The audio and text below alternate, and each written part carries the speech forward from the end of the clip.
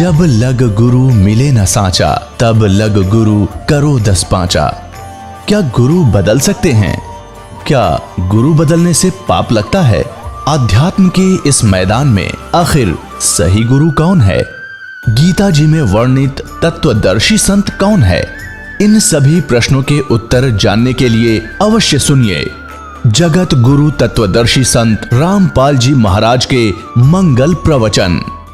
सतगुरुदेव की जय। बंदी छोड़ कबीर परमेश्वर जी की जय। बंदी छोड़ गरीबदास जी महाराज जी की जय। स्वामी रामदेवानंद जी गुरु महाराज जी की जय।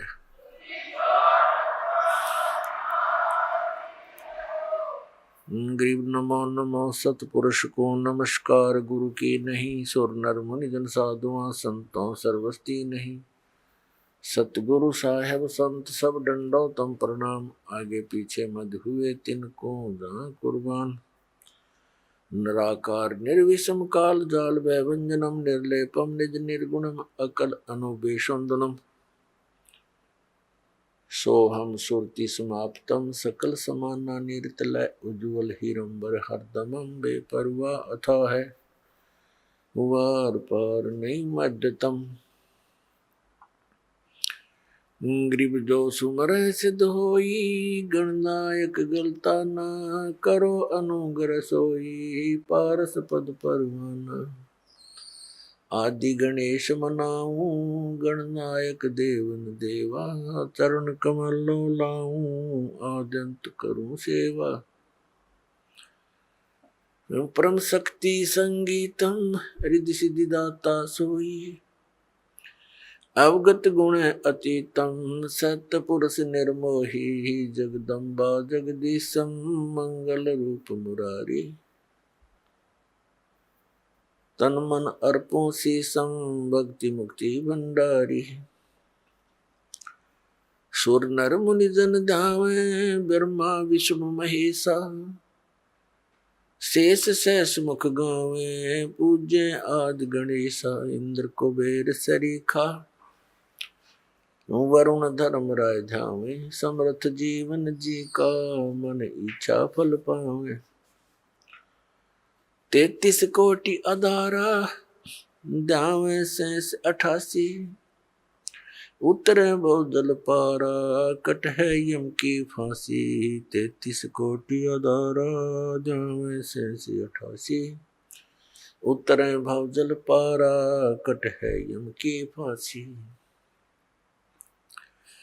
कर जोरूं विनती करूं धरूं चरण पर शीश। गुरु जी राम देवानंद जी महाराज ने दियो नाम बख्शीश। कोटि कोटि सिजदा करूं कोटि कोटि प्रणाम।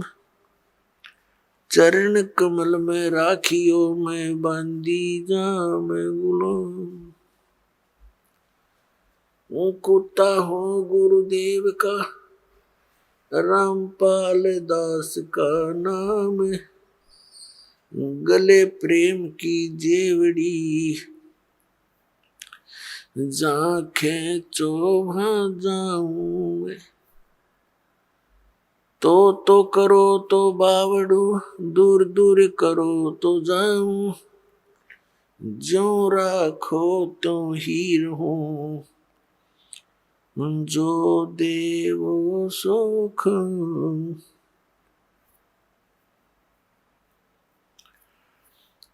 जय इब के सतगुरु मिले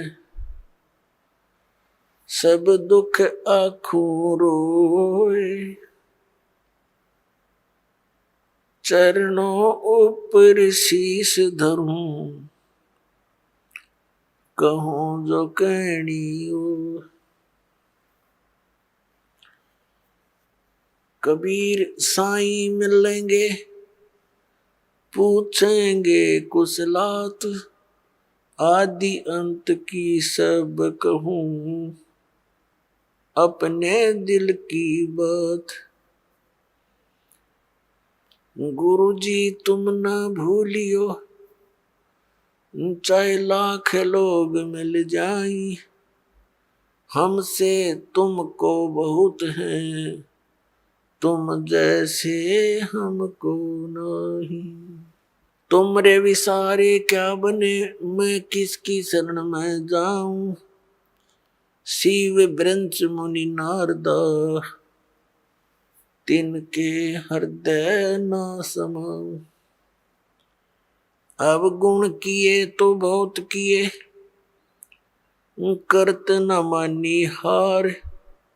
बावे बंदा बख्श दियो, बावे गर्दन उतार। अब गुण मेरे बाप जी, बख्शो गरीब निवाज। जो मैं पूत कुपूत हूँ, बहुरे पिता को लाज। मैं अपराधी जन्म का, नक्सिक बरे विकार। तुम दाता दुख भंजना, मेरी करो संभार। सूरत करो मम साइया, हम हैं भव जल माही। आप ही बह जावांगे जो, तुम न पकड़ोगे बाह। हे बंदी छोड़ दयाल जी, तुम तक हमारी दौड़े।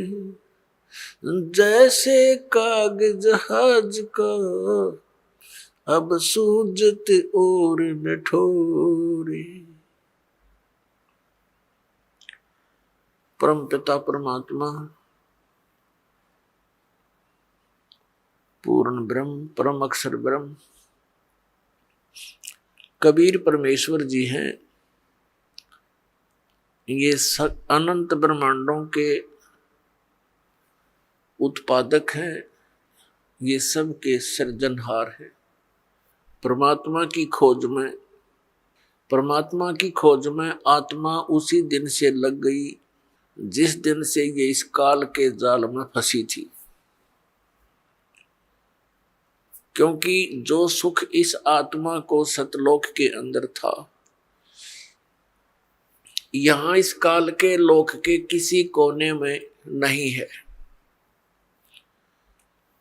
उस सुख की खोज करते करते ये महास्वर्ग में भी पहुंच गई, जिसको यहाँ का सबसे सुप्रीम यानी सबसे श्रेष्ठ सुख में सथल बताते हैं। वहां भी वो सुख नहीं है, वहां भी ऐसे ही आग लगी है जैसे इस पृथ्वी पर है। वहां पर भी वही प्राणी है जो यहाँ शुभ कर्म करके, अच्छी भक्ति करके इस काल के सतर की, और वहां पहुंच गए। वहां उनको अच्छी पोस्ट मिल गई, देव शरीर प्राप्त हो गया, वहां का जो सुंदर शरीर है। और जो यहाँ राग द्वेष, ये काम क्रोध मोह लोभ अहंकार, ये सारे विद्यमान है, खचाखच भरे हम ऊपर के लोकों के में रहने वाले प्राणियों में। तो वहां भी ये ऐसे ही अपना टाइम पास करके फिर नरक में चले जाते हैं। नरक का समय पूरा करके फिर ये 84 लाख योनियों में भटकते रहते हैं। पुण्यात्माओं, परमात्मा पाने के जो साधन है वो भिन्न भिन्न नहीं है, एक ही मंत्र है, एक ही विधि है, यानी एक जैसे ही वो सब क्रियाएं हैं। और हम परमात्मा पाने के लिए कोशिश करते करते अपने जीव सतर की सोच से और अन्य लोक वेद के आधार से हम महापुरुषों से मिलते हैं, क्योंकि ये विशेषकर हिंदू धर्म के प्राणियों में, पुण्यात्माओं में एक विशेष आस्था है परमात्मा की, और उनको इतना ज्ञान है सदग्रंथों के आधार से कि गुरु के बिना मोक्ष नहीं होता। ये तो प्रत्येक हिंदू धर्म के पुण्यात्मा के, चाहे कोई भक्ति करता है या ना करता है, तो वो भी ये जरूर अवश्य कहता है कि वे गुरु बिन मोक्ष नहीं। तो ऐसी व्यवस्था अन्य किसी भी धर्म में नहीं रही। जैसे सिख धर्म के अंदर गुरु परंपरा थी, लेकिन बाद में वो केवल गुरु ग्रंथ साहिब को ही गुरु मानकर अपना अध्यात्म क्रियाएं करने लगे। लेकिन वक्त गुरु का होना अनिवार्य है। जैसे ये पवित्र ग्रंथ, गुरु ग्रंथ साहिब, पवित्र श्रीमद् भगवत गीता, पवित्र वेद, पवित्र पुराण, ये तो एक आदरणीय सदग्रंथ है, महापुरुषों की जानकारी है, भगवान के विषय में लिखा है इसमें। ये तो ऐसा समझो कि हमारे औषधि की बुक हो, औषधि की पुस्तक है, और उसके जानकार की आवश्यकता है जो वैद्य हो, और वैद्य वही सफल होता है जो औषधि की पुस्तक में लिखी हुई सब जड़ियों को इकट्ठा करके मिला कर समझ के जड़ी बनाता है। इसलिए वक्त गुरु की आवश्यकता है। तो पुण्यात्माओं, इस धारणा के अनुसार इस आवश्यकता की पूर्ति के लिए ये प्राणी गुरुओं के पास जाने लगे।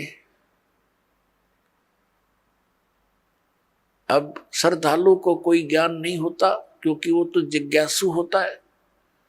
जैसा भी उसके गुरुजी साधना करने को कहते हैं वो समर्पित होता है, वैसे ही करता है।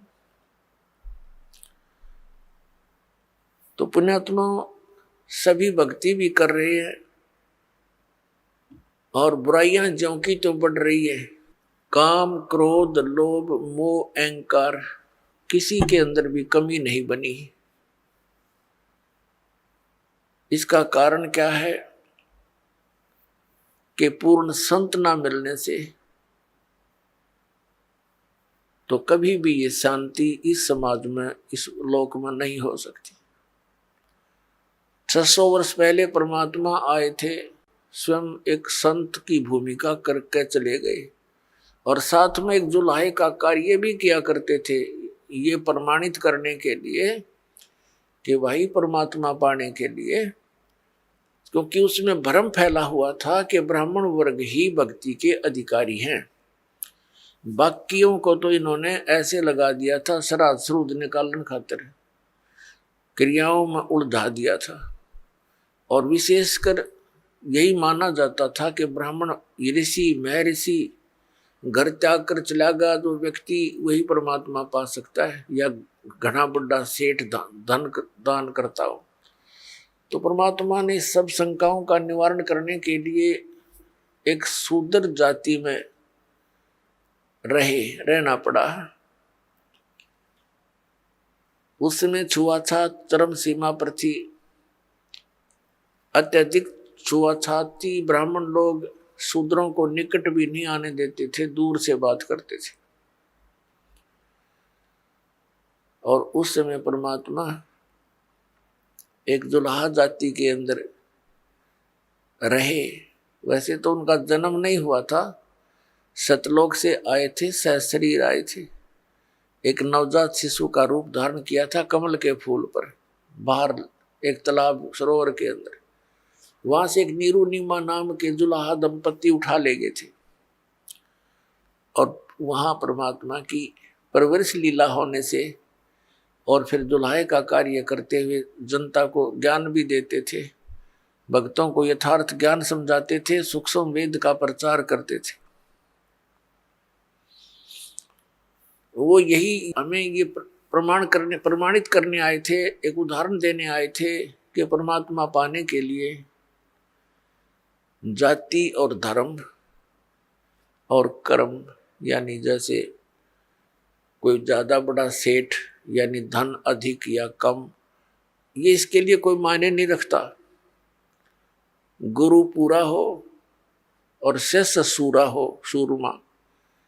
सूरमा का अर्थ है कि इस भक्ति मार्ग पर जो प्राणी लगता है तो उसकी सब क्रियाएं अन्य संसारिक व्यक्तियों से भिन्न होती है, तो उसमें हमारा समाज बाधा करता है। और जो उन बाधाओं की परवाह ना करते हुए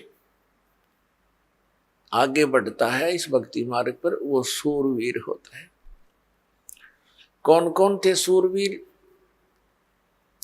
जो आप जी को बहुत, जिनका ज्ञान है, सुप्रसिद्ध है। धरु थे सूरवीर, प्रहलाद थे सूरवीर, और मीराबाई थी सूरवीर, और स्वयं परमात्मा तो वो मालिक थे ही थे, वो तो सूरवीरों के सूरवीर और सब भगवानों के भगवान कबीर परमेश्वर जी। और अब वर्तमान में ये दास देख रहा है कि मेरे इस परमात्मा के ज्ञान से परिचित इस दास के अनुयायी ये सूरवीर।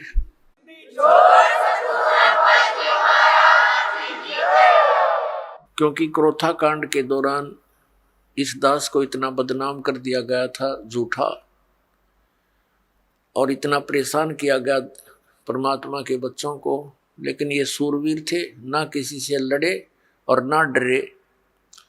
संत का यही एक नियम होता है, लड़े भी नहीं और डरे भी नहीं, तो परमात्मा साथ देता है। आज हम सफल हुए, पूरा विश्व के अंदर ये ज्ञान जाएगा, परमात्मा का साथ हमारे साथ रहा और रहेगा, क्योंकि ये काम उसी परमात्मा ने शुरू करवाया है। ना हमारा कोई खानदानी पेशा, ना दादे परदादे माता पिता ने कभी यो काम कराया, ना दास को ये मजदूरी दी, तो दास का उसी दिन से ये अटल इरादा बन गया था, सिर जाओ चाहे डट जाओ, परमात्मा के चरणों में ये शीश जावे तो सफल हो।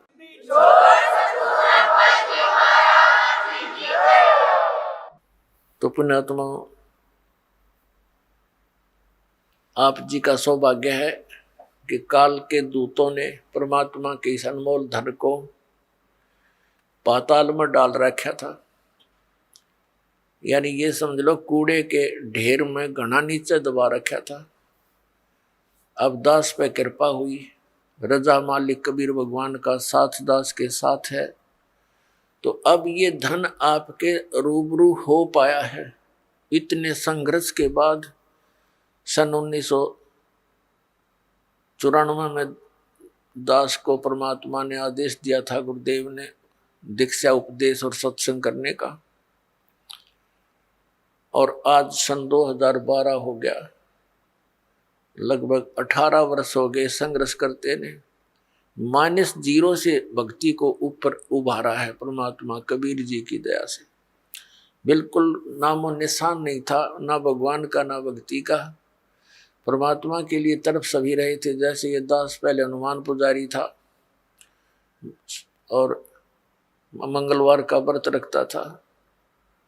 सालासर एक मंदिर है हनुमान जी का, और उसमें इसी बूढ़ी सी मूर्ति रख रखी है। ये भगवान, अब हंसी आती है अपने कर्मों पे। काली सी मूर्ति में बना दी किसी ने, फिर देखा देखी जान लग गए, वहां धक्के खाया करते हम। बता, काल ने ऐसा जुल्म करवा रखा है। तत्व ज्ञान का तो नामो निशान मिटा दिया और कोरी बकवाद समाज में बरवा दी झूठे गुरुओं द्वारा। तो पुण्यात्माओं, या मेर हुई भगवान की। कहीं आप देखा करते 4 ईंटें लगा रखी, उस पर कुत्ते मुत्ते वहीं बैठे, और वहां हम माथा टेकने जाए, और तेरा गजब भैया। कोई वो आते सारा दिन रो कर मर जा, कोई नो कहने वाला नहीं क्यों रो रहा है पत्थर के आगे। तो इसलिए वक्त गुरु की आवश्यकता होती है, और उसके ज्ञान के आधार से भक्ति साधना करने से कल्याण हो जाता है। अब ये कितनी बुराई बढ़ गई शराब मांस तंबाकू की, और इसको विकास मानते हैं हम कि बड़ी बड़ी कोठी हो, कार हो, और गुटी सुटी लावें, और फिर विवाह के अंदर एक अलग से ड्रामा रच दे। पुण्यात्माओं, ये भक्ति मार्ग में नहीं चलेगा। ठीक है, संसार भक्ति नहीं करता, वो कुछ करो, वो तो इस विद्यालय के वो विद्यार्थी ही नहीं है। ये विद्यार्थियों के लिए लागू है कि ना बीड़ी पीवे, ना तम्बाकू प्रयोग करे किसी भी तरीके से, ना मांस खावे और ना शराब प्रयोग करे, और न ही ये ड्रामेबाजी करे, ना जन्मदिन मनाना, ना कोई ऐसे ब्याह के अंदर बकवाद करनी। सिंपल ब्याह करो बच्चों, आप भगत बन कर देखो कितना आनंद आएगा। देखो लोग दिखावा ड्रामा कितना कर ले, इसका अंत नहीं। शुरुआत हमने देखी, किसी ने 1100 रुपये दान के दे दिए, सारा गांव में चर्चा हुआ करती। फिर 2100 दे दिए एक ने, वो फेल हो गया। फिर एक ने 5100 दे दिए, वो फिर 21 वाला फेल हो गया। फिर एक ने 11,000 दे दिए अपनी लड़की के दान में, और एक मोटरसाइकिल दे दी, फिर कार दे दी। तो ये एक बकवाद है बेमतलब की। बच्चे को परमात्मा से जोड़ दिया जाए, परमात्मा का नाम लेकर, और ये राम नाम का दहेज बेटी न दे दे, यो सदा साथ देगा। एक टाइम हमने कुछ दे भी दिया बच्चे को, क्या कितने दिन उससे वो गुजारा कर सकती है। और फिर गरीब की बेटी अमीर की बेटी को देखकर मायूस हो जाती है, उसको ना जाने कितना दुख होता है। तो इस तरह की ये बकवादें हमने समाज से खत्म करनी पड़ेंगी, खासकर भगत समाज को तो इसमें अग्रसर होना ही पड़ेगा। इस दास के संघर्ष में आपने सहयोग देना पड़ेगा। ये बिल्कुल गलत है, भक्ति बाधक है। जिसके 2-3 लड़की हो जाती, नींद आराम हो जाती है उस माता पिता की, और लड़की इसी कारण से हमारे लिए बोझ बन गई। एक गौ जैसी आत्मा होती है बेटी की। हमने खूब देखा है, बेटा और बेटी रोटी खा रही है, माता पिता कोई बोलता है बेटे को एक वो काम कर, वैसे भी कहा ये काम करिए, बेटा तो कहेगा को नहीं करता, और बेटी रोटी खा रही होगी ना, खाना छोड़कर उठ कर चल पड़ेगी, उस काम को करके आओगी। अब ये हमें बोझ क्यों बनाई? अपने ड्रामाबाजी से, अपनी बकवादों से, दहेज के कारण। तो इस प्रकार हमने इस हर तरह की जो बुराई हमारे समाज में घर कर गई, इसको भी आपने बहुत गहराई से सोच कर एक मर्यादा मार के उद्देश्य से नहीं कि मैंने कह दिया आपने शुरू कर दिया, नहीं। ये नियम ना समझना, ये आवश्यकता समझना, इस भक्ति मार्ग में बाधक समझना, इन नियमों को तोड़ देना। तो इस प्रकार से हम भक्ति हमारी अधिक होएगी। फिर पुण्यात्मा, हमने परमात्मा पाने के लिए जो भी कुछ आदेश होता है गुरु जी का, वो करना ही चाहिए, क्योंकि गुरुदेव को मालूम होता है, वो मास्टर होता है इस मार्ग का। और विद्यार्थी, और जैसे डॉक्टर के पास जाता है मरीज, तो सही डॉक्टर होगा तो वो काटे की बात करा करे और सही दवाई देगा। उसमें जो भी मर्यादा यानी परहेज बताई जा, तो उस रोगी को आजीवन करने पड़ते हैं, तभी वो सफल होता है, रोग नाश होता है। तो हमारे जन्म मृत्यु का दीर्घ रोग लगा हुआ है, इसका नाश इस दास के बताए मार्ग से होगा। दास वही मार्ग बता रहा है जो परमात्मा ने स्वयं आकर के बताया था। ये गॉड गिवन है, ये किसी की लोक वेद नहीं है, किसी आम व्यक्ति का बताया हुआ ज्ञान नहीं। और यही प्रमाण हमारे सदग्रंथों में है, जिन सदग्रंथों को हम सिरोधार्य मानते रहे। तो फिर भक्ति में देर नहीं लगेगी, आपको विश्वास होने में देरी हो रही है, और कि ये दास जो भक्ति बता रहा है वो सही है, श्रेष्ठ है, शास्त्र अनुकूल है। ये प्रमाण करने के लिए कि ये भक्ति सही है, और परमेश्वर परम पूज्य कबीर जी हैं जो दुल्हा रूप में, धानक रूप में बनारस में आए थे। ये प्रमाणित करने के लिए ये ढेर सारे आपको प्रमाण दिखाने पड़ते हैं, और कुछ दिनों के बाद फिर ये आवश्यकता नहीं पड़ेगी इन प्रमाणों की, क्योंकि आप एक दूसरे को बताओगे कि ऐसा है, फिर ये एकदम सबको स्वीकार्य हो जाएगा। अभी तक तो किसी ने देखे नहीं, खोल के वेद देखी ना, गीता पढ़ी थी, समझी नहीं गीता जी में क्या लिखा है, पुराणों में क्या लिखा है, हम पढ़ते थे लेकिन समझ नहीं सके। अब हम समझन जोगे हो गए, अरीब खूब देखेंगे, कति दृढ़ होकर कहेंगे कि सचमुच कबीर इज गॉड, कबीर परमात्मा है, और यही भक्ति सही है, यही मंत्र श्रेष्ठ है और सब बकवाद है। तो फिर आपसे सुनकर अन्य व्यक्ति भी इस बात पर विचार करेंगे, और कोई प्रमाणित कराना चाहेगा तो सदग्रंथ हमारे पास है, आप खुद भी उनका विश्वास दृढ़ करोगे। तो इस प्रकार ये पूरे विश्व में मालिक आदेश है, उनका निर्धारित समय है कि अब ये पूरे समय में, पूरे विश्व में एक ही भगवान रहेगा, एक ही ज्ञान रहेगा, और भक्ति विधि उस भगवान की एक है ही, वो अलग हो ही नहीं सकती। जैसे आम के पेड़ को, पौधे को बीजने के लिए आम का ही बीज प्रयोग करना पड़ेगा, दूसरा बीज आम का हो ही नहीं सकता। तो परमात्मा पाने के लिए जो मंत्र है, इनके अतिरिक्त कोई साधना है ही नहीं। बाकी तो बबूल के बीज अलग हैं, अन्य साधनाएं जो सिद्धियां प्राप्त करने की है वो अलग वस्तु है, उसकी हमें जरूरत नहीं। तो पुण्यात्मा, सबसे पहले हमने गुरु की आवश्यकता होती है। गुरु बिन माला फेरते, गुरु बिन देते दान, गुरु बिन दोनों निष्फल हैं, चाहे पूछो वेद पुराण। गुरु बड़े गोविंद से मन में देख विचार, हरि सुमरे वो रह गए, गुरु सुमरे होए पार। गुरु बड़े गोविंद से मन में देख विचार। अब परमात्मा कहते हैं गुरु गोविंद दोनों खड़े, काके लागू पाए, बलिहारी गुरु अपना, जिन गोविंद दियो मिलोय। 7 द्वीप 9 खंड में गुरु से बड़ा ना कोई, करता करे न कर सके, गुरु करे सो होवे।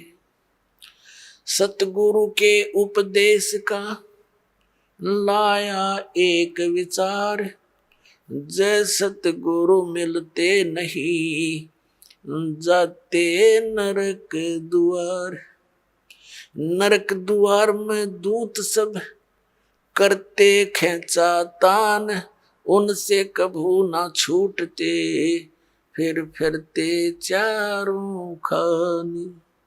4 खानी में भरमते, कबहू ना लगते पार, सो फेरा सब मिट गया, मेरे सतगुरु के उपकार। 7 समुद्र की मसी करूं, लेखनी करूं बन राय, धरती का कागज करूं, गुरु गुण लिखो न जाए।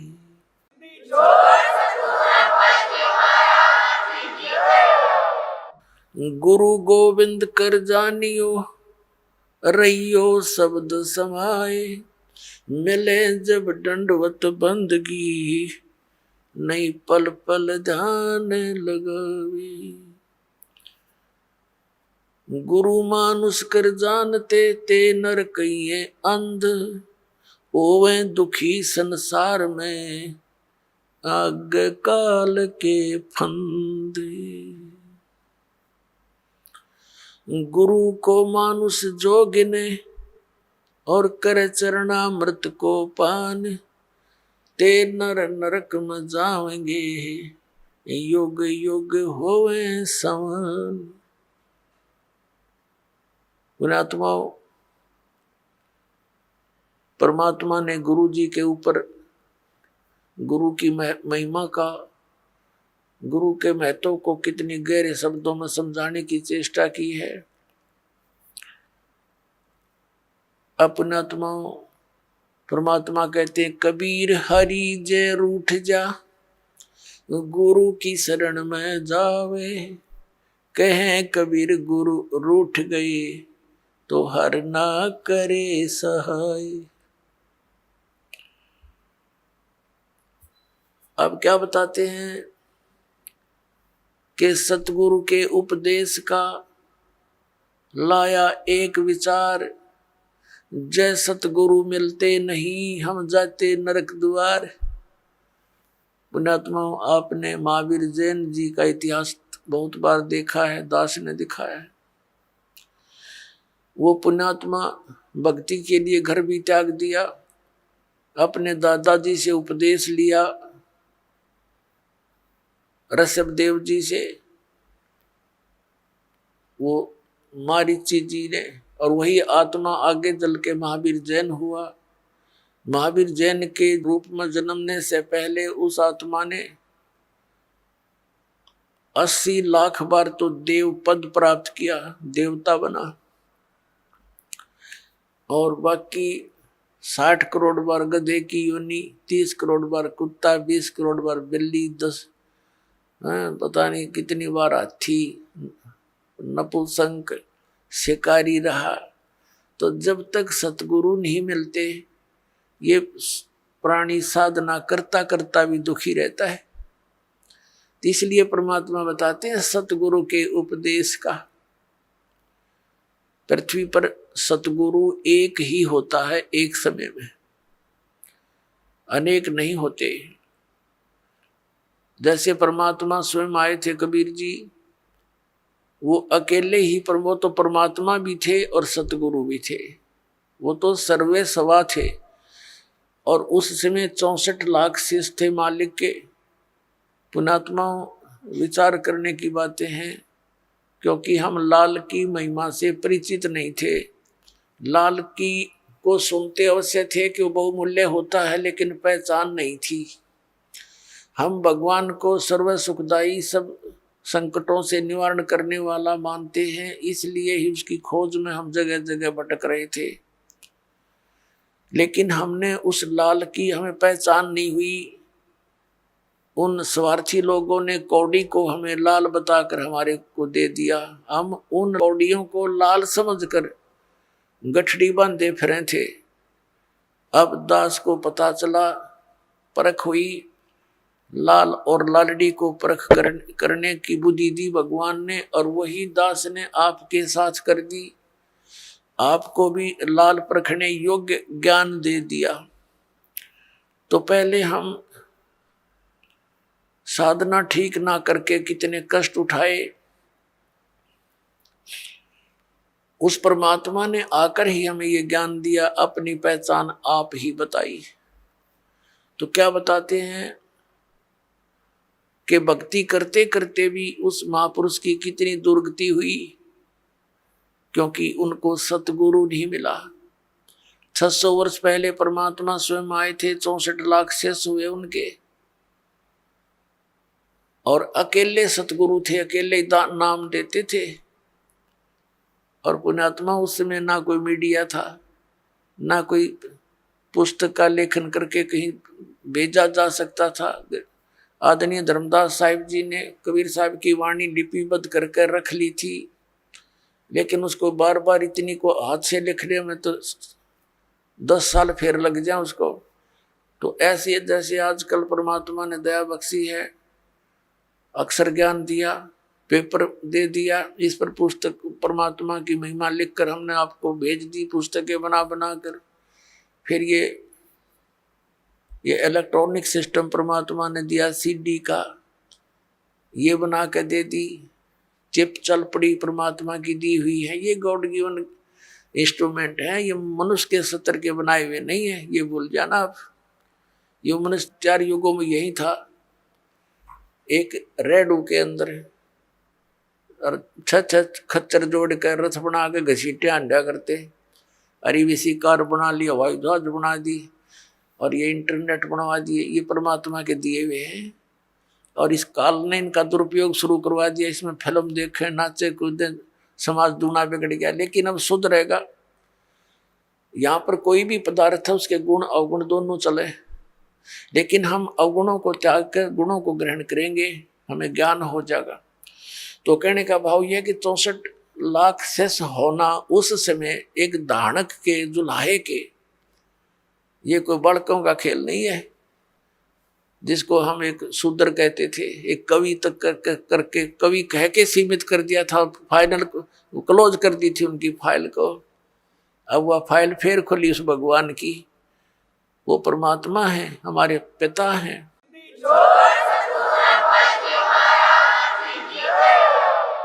तो सतगुरु एक ही होता है। तो वो परमात्मा स्वयं सतगुरु भी थे और वो परमेश्वर भी हैं। सतगुरु की भूमिका भी उन्होंने की, वो जगत गुरु भी वही है। और फिर उनका कृपा पात्र, उन्हीं के ज्ञान से युक्त, उनके आदेश अनुसार फिर सतगुरु वही भेजते हैं। तो उस परमात्मा ने स्वयं कहा कि गरीबदास जी वाले पंथ में, 12वें पंथ में आगे चल के मैं स्वयं आऊंगा और धर्मदास इस सारे अज्ञान को हटाऊंगा।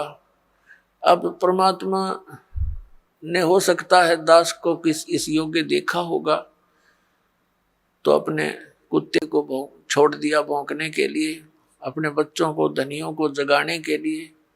तो ये परमात्मा का किया हुआ काम है, आम जनसाधारण का ना समझना बच्चों।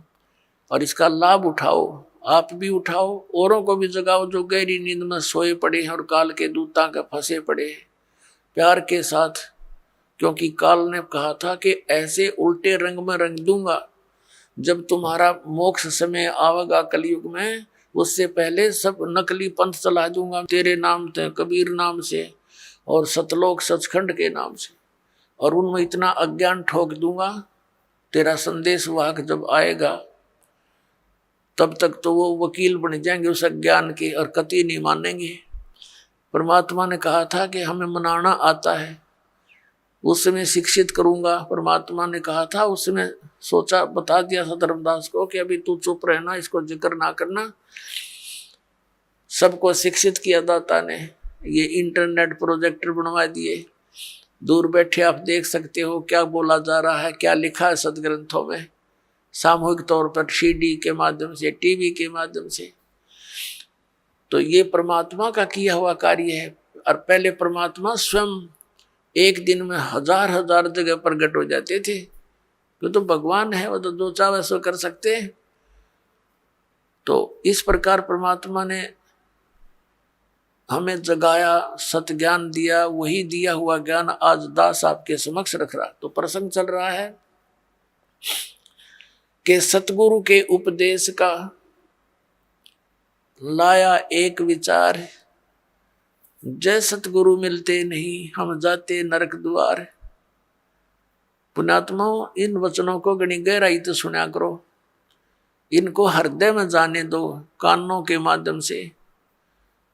जब तक बच्चा दवाई को अंदर नहीं जाने देगा वो काम के करेगी, होठों पर ही डाल दे, बार थूक देता है, सुनता नहीं है। तो इनको बहुत गहराई से सत्संग के समय तो आप एकाग्रचित हो जाया करो और परमात्मा के इन वचनों पर गहराई से सोचा करो। अब क्या बताया भगवान ने कि जय सतगुरु मिलते नहीं जाते नरक द्वार। सतगुरु के उपदेश का लाया एक विचार, और जय सतगुरु मिलते नहीं हम जाते नरक द्वार। नरक द्वार में दूत सब फिर करते खेचा तान, उनसे कबू ना छूटते फिर फिरते चारों खान। पुण्यात्माओं, जब ये भक्तिहीन प्राणी यहाँ से जाता है, यम के दूत इसको पकड़ कर ले जाते हैं, धर्मराज के सामने खड़ा कर दिया जाता है, न्यायाधीश के सामने। वहां ये नहीं कह सकता कि मैंने ऐसा नहीं किया, मैंने ऐसा नहीं किया। वहां झूठ नहीं चलेगी, वहां तो आपकी फिल्म स्टार्ट हो जाएगी, सीडी ऑन हो जाएगी आपके समक्ष सामने। क्योंकि जो कर्म हम करते हैं, सोचते भी हैं, उसकी भी एक फोटोकॉपी भगवान के दरबार में जाती है और वहां जाते ही उसको ऑन कर दिया जाता है। अब जैसे आप जी भक्तों को, भाई बहनों को कहते हो, रिश्तेदारों को या कोई मित्र पड़ोस पड़ोस में मिल जाते हैं, उनको भी समझाते हो भक्ति कर लो, परमात्मा का नाम ले लो, तो अब तो उनके पास समय नहीं है क्योंकि उनको ज्ञान नहीं है। फिर वो जब वहां दरबार में खड़ा होगा तो ये एक पली लगाता है भगवान के आगे, एक बहाना खोजता है कि परमात्मा मुझे पता नहीं चला, हमने तो इतना ज्ञान हुआ था, अपना काम करो, बच्चों का पालन पोषण करो। तो उसमें परमात्मा वो सीडी चला देगा, कोई भक्त उससे कह रहा होगा कि चलो चलेंगे सत्संग में, और वो बकवाद कर रहा होगा, मना कर रहा होगा, सौ बहाने मिला रहा होगा। फिर परमात्मा कहेगा, देख इस भक्त ने, इस बहन ने, इस बेटी ने तेरे से क्या कहा था, और तू झूठ बोलता है कि मेरे को पता नहीं चला। तब ये क्या कहता है, भगवान गलती होगी, क्षमा कर दो। परमात्मा कहता भाई ये गलती का मानने का कोई फायदा को नहीं, अब तो नरक में जाना ही पड़ेगा। और फिर कभी तुझे मानव शरीर मिले तो फिर ट्राई करना।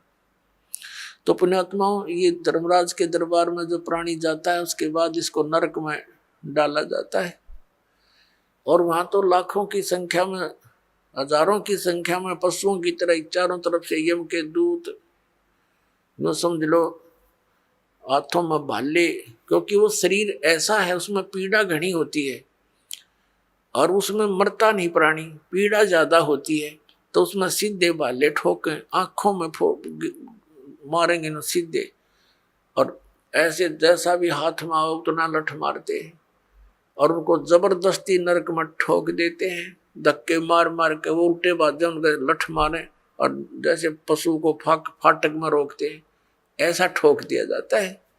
तो यहाँ क्या बताते पुण्यात्मा, हम भक्ति से घने दूर हो गए, अध्यात्म ज्ञान आसपास भी नहीं रहा, हमें डर नहीं रहा इन बातों का, इन बातों को हम ऊट पटांग से मानते हैं, इन अज्ञानियों के ज्ञानों के को सुन सुन के अज्ञान को, कि भगवान कहीं, नरक कहीं नहीं है, यही स्वर्ग है, यही नरक है। अरे इतने बड़े बड़े ग्रंथ लिखे हैं, महापुरुषों ने आंखों देख कर बताए हैं, उनको हम अपनी सोच से झूठा कैसे कर देंगे, करेंगे तो करे रहेंगे, लेकिन सच्चाई हमारे कहने से मिट नहीं सकती।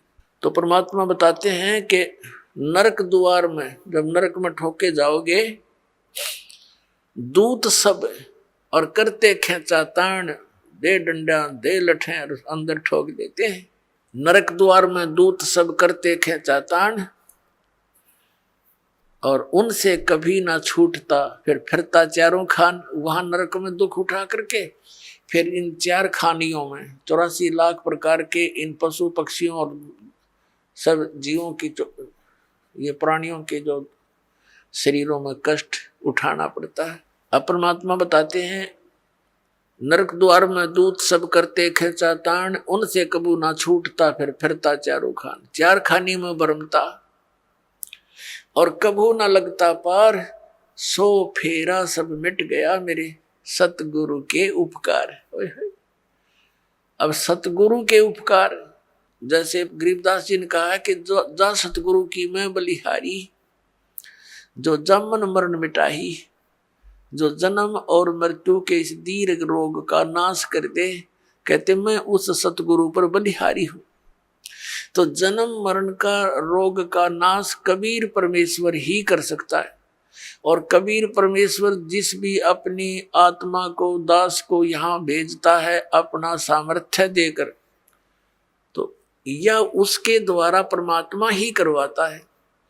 अन्य ना तो किसी भगवान की भक्ति से ये जन्म मरण का रोग नाश हो सकता। यदि हम श्री राम, श्री कृष्ण अर्थात विष्णु जी, इनकी पूजा करके चाहें कि हमारा जन्म मरण का रोग कटे, ये नाशवान इनकी जन्म मृत्यु स्वयं होती है। ऐसे ही शंकर जी की जन्म मृत्यु होती है, ब्रह्मा जी की जन्म मृत्यु होती है।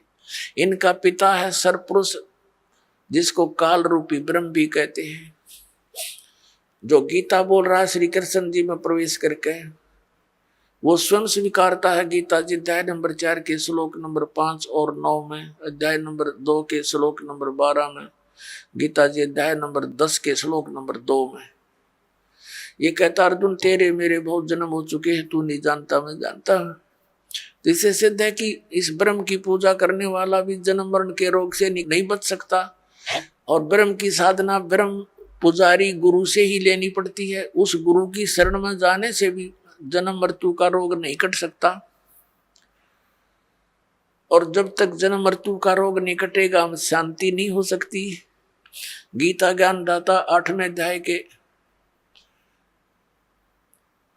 3 श्लोक में कहता कि अर्जुन वो परम अक्षर ब्रह्म है। अर्जुन ने 8वें अध्याय के प्रथम मंत्र में पूछा कि हे भगवान, आपने जो 7वें अध्याय के गीता जी के 29वें श्लोक में जिस तत्ब्रह्म के विषय में कहा है कि उसको जान करके प्राणी फिर केवल यहाँ से जन्म मृत्यु के रोग से छूटने का ही प्रयत्न करता है, जरा माने बुढ़ापा, वृद्धावस्था के कष्ट और मरण माने मृत्यु से ही बचने का छुटकारे की कोशिश करता है, वही संसार की किसी वस्तु में इच्छा नहीं रखता। तो 8वें अध्याय के प्रथम श्लोक में पूछा कि किम तत्ब्रह्म, गीता ज्ञानदाता ने 8वें अध्याय के 3 श्लोक में कहा वो परम अक्षर ब्रह्म है। फिर 8वें अध्याय के 5 और 7 श्लोक में तो अपने बारे में कह रहा है गीता ज्ञानदाता कि अर्जुन तो मुझ में मन वाला हो, मेरे पर आश्रित हो जा, मेरी भक्ति कर और युद्ध भी कर तो मुझे ही प्राप्त होगा। तो इसने अपनी भक्ति करने वाले को कहा है, लेकिन मुझे प्राप्त होगा, शांति नहीं हो सकती, युद्ध तो करना पड़ेगा।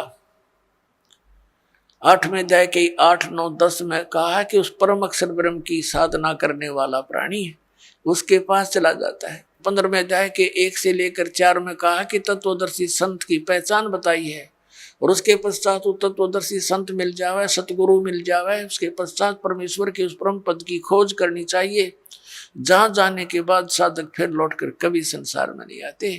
18वें अध्याय के 62 और 66 श्लोक में कहा कि अर्जुन तू सर्वभाव से उस परमेश्वर की शरण में जा, उस परम अक्षर ब्रह्म की शरण में जा, उसकी कृपा से तो परम शांति को और सनातन परम धाम को प्राप्त होगा।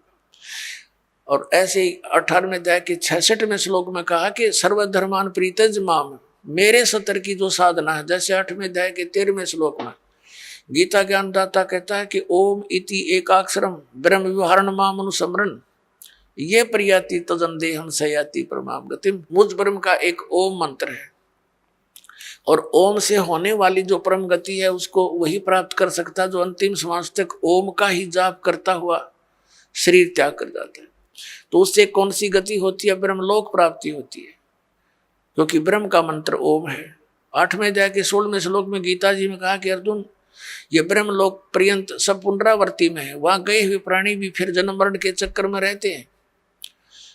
और उस परम अक्षर ब्रह्म की भक्ति के लिए 17वें अध्याय के 23वें श्लोक में गीता जी में कहा कि ओम तत्सत इति निर्देश ब्रह्मण त्रिविद समर्थ है, ब्राह्मणा तेन वेदा च यगा विहिता पुरा। सच्चिदानंद घन ब्रह्म की के पाने की 3 मंत्र का निर्देश है। ओम तत्सत, ओम ये ब्रह्म का है, तत् ये अक्षर पुरुष का है। गीता जी अध्याय नंबर 15 के श्लोक नंबर 16 और 17 में 3 पुरुष हैं, एक सर पुरुष, एक अक्षर पुरुष, एक परम अक्षर पुरुष। जो परम अक्षर पुरुष है वो सबसे श्रेष्ठ है और वही वास्तव में अविनाशी है। अन्य सर पुरुष और अक्षर पुरुष को नाशवान कहा है, और उसके उनके लोकों में जितने प्राणी हैं वो भी नाशवान है। तो उनकी भक्ति से तो मोक्ष हो ही नहीं सकता।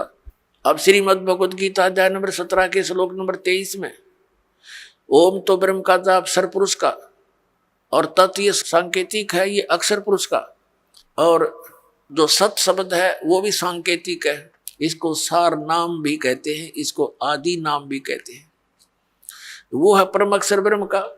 तो इन तीनों मंत्रों की मजदूरी से, इन तीनों मंत्रों की साधना से हम भगवान प्राप्त कर सकते हैं, उस मोक्ष सफल प्राप्त कर सकते हैं, वो सुख प्राप्त कर सकते हैं जिसके विषय में वर्णन किया गया है। अब जैसे हम हैंडपंप लगाते हैं तो हैंडपंप में हम बोकी मारते हैं, तो ये बोकी और हैंडपंप ये हमारा उपास्य नहीं है। लेकिन इस तरीके बिना वो उपास्य वस्तु नहीं मिल सकती है, वांछित वस्तु नहीं मिल सकती, जल नहीं मिल सकता। तो ये पूजा नहीं कर रहे हम तो वो साधन अपनाया है जिससे वो जल मिल जाए। तो ये जो मंत्र हैं ओमकार, ये दूसरे दो सांकेतिक हैं, ये कोई हम पूजा नहीं कर रहे, हम उस अपनी वांछित वस्तु के पाने के लिए साधन अपनाए हैं, ये साधनाएं हैं। तो ये साधना है उस परम अक्षर ब्रह्म के पाने की। जैसे सतनाम का 2 अक्षर का मंत्र है, एक ओम एक तत्। जैसे आदरणीय नानक साहिब जी की जन्म साखी के अंदर समुद्र की साखी में ये प्रमाण है उन 2 अक्षर के मंत्र का। दास अभी बोल के नहीं बताएगा। तो इन दोनों मंत्रों का जाप किया जाता श्वास उश्वास से। जैसे हमने जल निकालना, जल, तो उसके लिए हैंडपंप लगाएंगे, तो पहले बोकी मारेंगे, मिट्टी बाहर फेंकेंगे, बोकी मारेंगे, फिर बाहर निकालेंगे और पाइप नीचे छोड़ देंगे। यूं काम है समझो सतनाम का। 2 अक्षर की बोकी चलेगी श्वास उश्वास से। अब ये सतनाम, ये बोकी ने अपना काम कर दिया, जल तक पहुंचा दिया, लेकिन बाहर जल नहीं प्राप्त हुआ। उसके लिए एक और आइटम लगाना पड़ा है, हैंड पंप, ऊपर मशीन बोलते हैं उसको, और फिर उसकी पूजा करनी है, उसको भी ऐसे हिलाना है, प्रैक्टिस करनी है, जब वो जल निकलता है। तो ऐसे ही केवल सतनाम प्राप्ति से भी मोक्ष नहीं, सारनाम नहीं मिलाता है, वो जल मिले नहीं। सारनाम समझो हैंडपंप का ऊपर का वो मशीन है। तो ये मशीन उसी समय लगी हुई सक्सेस होगी जब वो पाइप पूरी जल तक पहुंच चुकी होगी। बीच में अगर कोई कहे हैंडपंप लगा दे, मशीन फिट कर दे, मिस्त्री कभी नहीं करेगा। तो ये दास आपको ये सब व्यवस्था बता रहा है, ये आपने करनी है, मजदूरी करनी है इसकी। और जब सारनाम का समय आएगा, आपकी पाइप पहुंच जाएगी जल तक के आसपास, तो फिर हैंडपंप यानी सारनाम आपको दिया जाएगा।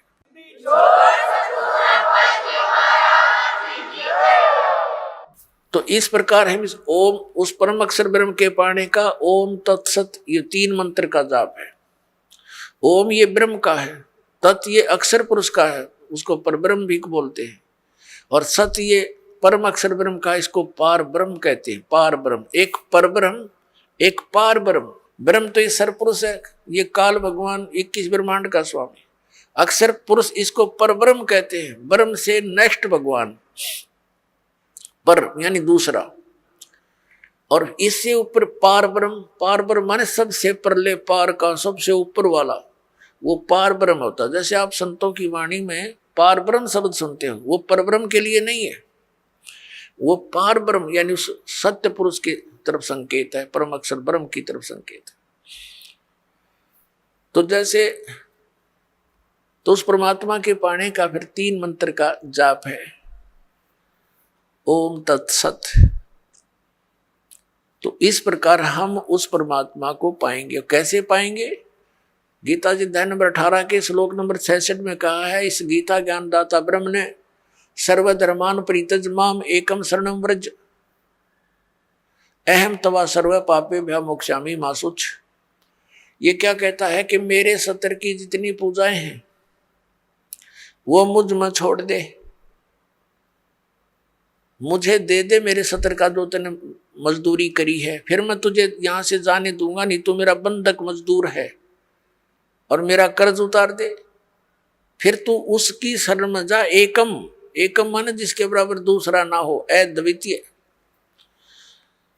जिसके समान दूसरा कोई शक्तिशाली भगवान ना हो, उस एकम शरणम व्रज, उसकी शरण में जा। हरिन अज्ञानी हमारे धर्म गुरुओं ने अनुवाद करता ऋषि मंडलेश्वर ने अनर्थ कर रखे गीता जी में, अनुत्तम मान्यता थी, उत्तम बता रहे हैं। ये देखिए ने व्याकरण बदल डाली अपनी अज्ञानता के कारण। और व्रज माने जाना होता है, ये आना बोलते हैं, आना लिखा हुआ अनुवाद कर रखा है। इंग्लिश का वर्ड है गो, और गो माने जाना होता, आना तो हो ही नहीं सकता। ये तो मूर्ख, अगर कोई उस सेंटेंस को ना समझ कर उसका अर्थ आना कर रहा है तो वो बिल्कुल अज्ञानी व्यक्ति है, वो आशय को समझा नहीं, उस प्रकरण के आशय से वो परिचित नहीं है। अब ये जैसे गीता जी अध्याय नंबर 2 के श्लोक नंबर 7 में अर्जुन स्वयं स्वीकार रहा कि मैं आपकी शरण हूं, आप मेरे गुरु हो, अब मेरी बुद्धि काम नहीं करती, मुझे निर्णायक ज्ञान दो, मैं आपकी शरण हूं। अब यहाँ फिर नो कहो है कि मेरी शरण में आ जाओ, उसकी शरण तो पहले कह रहा है मैं तो तेरी शरण खड़ा हूं, और सब धर्मों के कर्मों को मुझ में छोड़कर मेरी ये शरण में आ जा। अकल देखो इनकी। इन्हें बहुत सी जगह ऐसे अनर्थ कर रखे जहां ये समझ नहीं सके।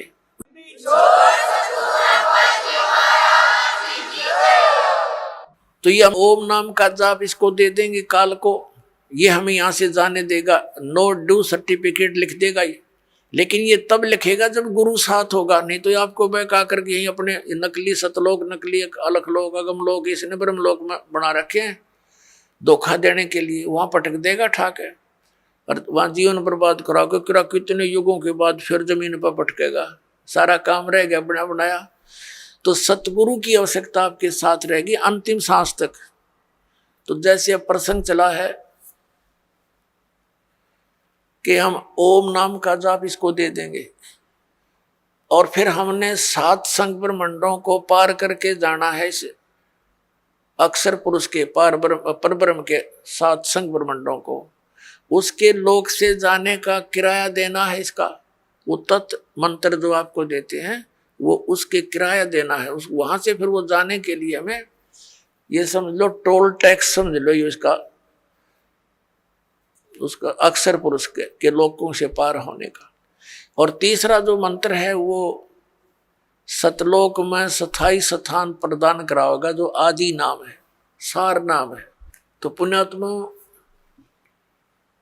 गीता जी अध्याय नंबर 8 के श्लोक नंबर 8, 9, 10 में गीता ज्ञान दाता कहता है कि उस परम अक्षर ब्रह्म की साधना करेगा तो उसको प्राप्त होगा। उसकी साधना का मंत्र ये बताई दिया, ओम तत्सत नथिंग एल्स इति निर्देश है, बस यही निर्देश है। निर्देश का mean final direction, nothing else. और गीता जी में ना हरे राम हरे कृष्ण, ओम नमः शिवाय, ओम भगवते वासुदेव नमः, ये इस तरह की कोई मंत्र नहीं है। और जो श्रीमद् भगवत गीता में वे ऑफ वर्शिप नहीं है, पूजा का मार्ग नहीं है, उसको जो करता है तो वो शास्त्र विधि को त्याग कर मनमाना आचरण कर रहा है। अब प्रसंग आता पुण्यात्माओं, जो शास्त्र विधि को त्याग कर मनमाना आचरण करते हैं उनको न तो सुख हो न उनकी गति हो, बताओ, और न ही उनकी कोई कार्य सिद्धि हो। तो फिर इसीलिए तो हम भक्ति करते हैं, और वो तीनों व्यर्थ, तो वो साधना के करने का कोई लाभ नहीं। इसी कारण से हम नास्तिकता की तरफ चल पड़े, भगवान को खोजते खोजते हम हार थक चुके हैं। अंत में हमने घुटी सूटी का सहारा ले लिया, चोरी ठगी करके हम सेठ साहूकार बनने की चेष्टा कर रहे हैं, वो दूने दुख उठा लेते हैं, पाप इकट्ठे कर लेते हैं। तो इस प्रकार इस ज्ञान से हमें ये विष दिखाई देगा। परमात्मा कहते हैं जैसा दर्द आपना हो ऐसा दंड बराने। पुण्यात्मा हो, आप किसी ऑफिस में जाते हैं, दयाहीन प्राणी हो गए, उनको दर्द नहीं दिखाई देता कि कहाँ से आया है ये व्यक्ति, भूखा प्यासा है, उनको केवल अपना बकवाद उद्देश्य उनका उल्लू सीधा हो जाता है, तो वो आपका कार्य करेंगे ना, तो कति नहीं करें, चौनी चाहिए उन्हें पहले। अब दास जब नौकरी लगा 1977 में, तो उसमें कोई एक आध अधिकारी के ऊपर उंगली टिका करती कि वो भ्रष्ट है, बाकी सब ठीक थे। अब एक आध अधिकारी कर्मचारी रह रहा है, उस पर उंगली टेके यूं ठीक है, बाकी सब एक जैसे हो गए। तो यह क्यों बिजली गिर गई? अज्ञान से। पहले डरते थे भगवान से, भगवान का भय निकल गया और विष खाने लग गए, हाहाकार मच गई। एक शहर में देख लो डॉक्टर है भगवान, दुनिया भर के वैद्य डॉक्टरों की दुकान खुल गई। मेडिकल में जाकर देख लो, किसी में खचाखच भरे पड़े हैं, उधर पाप इकट्ठे करें, वहां भोगे पड़े पड़े। यही परमात्मा कहते हैं जीवित जग में जूती पड़े फिर जम तोड़े छाती।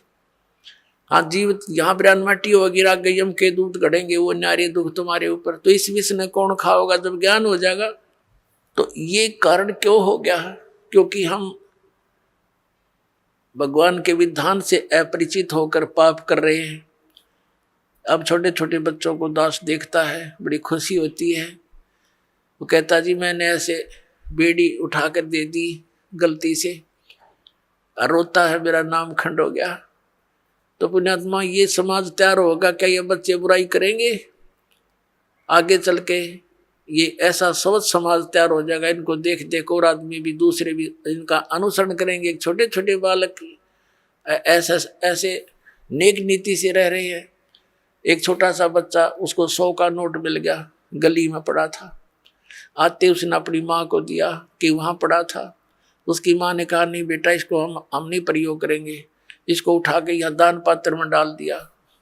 तो और नहीं तो पहले तो जब ज्ञान ना होता, माँ सबसे पहले जेब में डाले। पहले तो बच्चा है ना घर लेकर आवा, कह पता नहीं कहाँ उड़ा, उसकी टॉफी खावे, रोरन खवावे। फिर तो इस प्रकार परमात्मा के इस ज्ञान से ऐसे रंगे जाओगे आप, सपने में भी नहीं गलती कर सकते। और माया की आवश्यकता होगी तो भगवान दूर नहीं, ये सत्कर मान लेना। भगवान को किस लिए खोजते थे? हमें किस चीज की डिमांड हो, आगे धर देगा ठाका, आप कह सत्कर मान लेना। भगवान इसी को कहते हैं। ये कोई बालकों का खेल नहीं है। नहीं फिर क्यों ड्रामा करते हैं भक्ति की?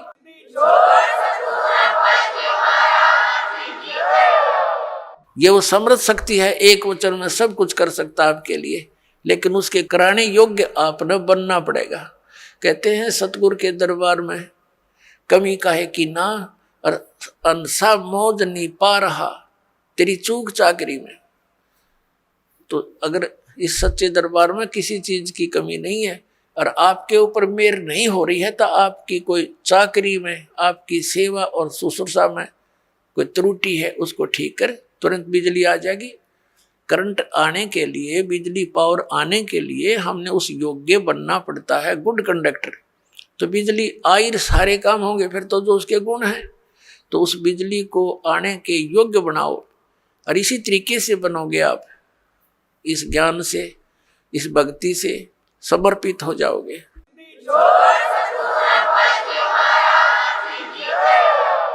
अब प्रसंग चल रहा है सतगुरु के उपदेश का, लाया एक विचार, जय सतगुरु मिलते नहीं, जाते नरक द्वार। अब नरक द्वार में दूध सब करते खेचा ताण, उनसे कबू ना छूटता, फिर फिरता चारों खाने के दुर्गति होती।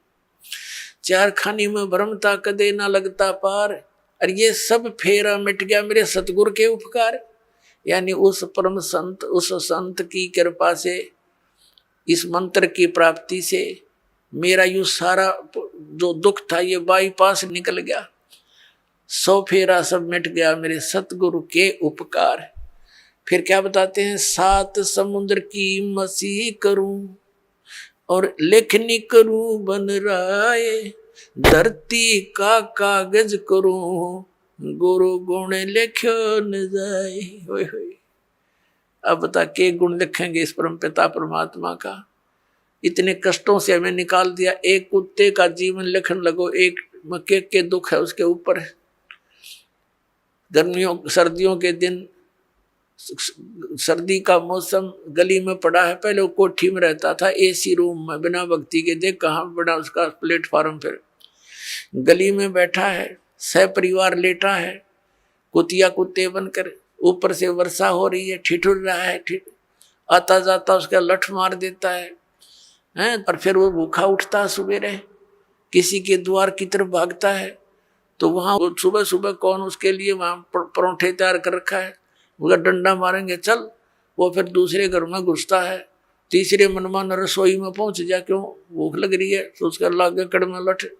फिर ट्या ट्या करता हुआ फिर कहाँ पहुँचेगा? कुरडियाँ पर गंध खाने के लिए जाएगा वो। पुणात्माओं, ये तो एक दिन का प्रोसेस है कुत्ते का। इसको सारे गधे कुत्ते सब 84 लाख योनियों को देखते हुए इसको लिखण लगे तो परमात्मा कहते हैं परमात्मा के गुणों का, या पूरी पृथ्वी जितना कागज हो, 7 समुद्रों की इंक हो, ये सब खत्म हो जाए पर परमेश्वर के इस गुण का अंत नहीं।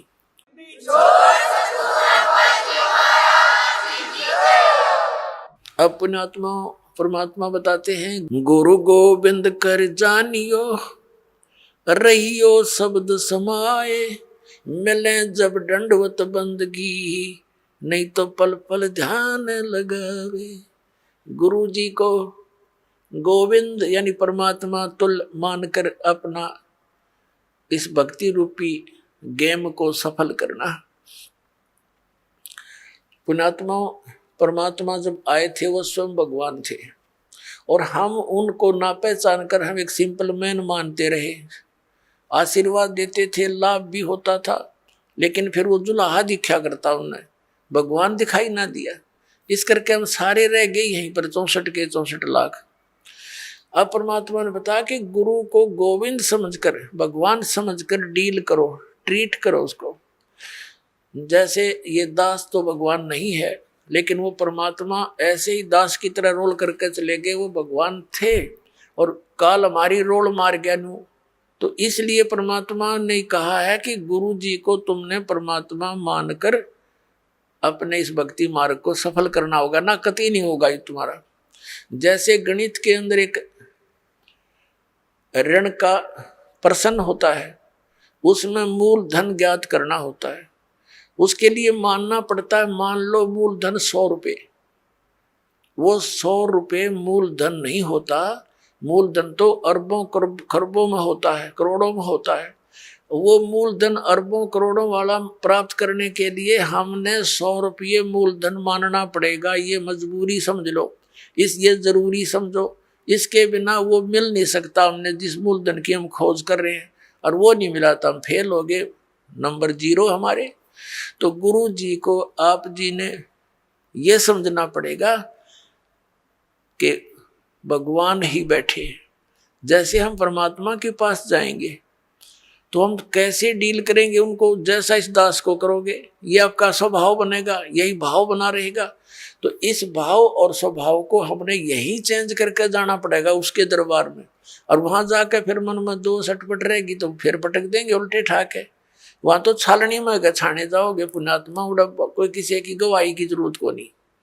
तो इसलिए हमने परमात्मा बताते हैं, गुरु गोविंद कर जानियो, रहियो शब्द समाए, यानी जो मंत्र दे दिया उसका जाप करते रहना।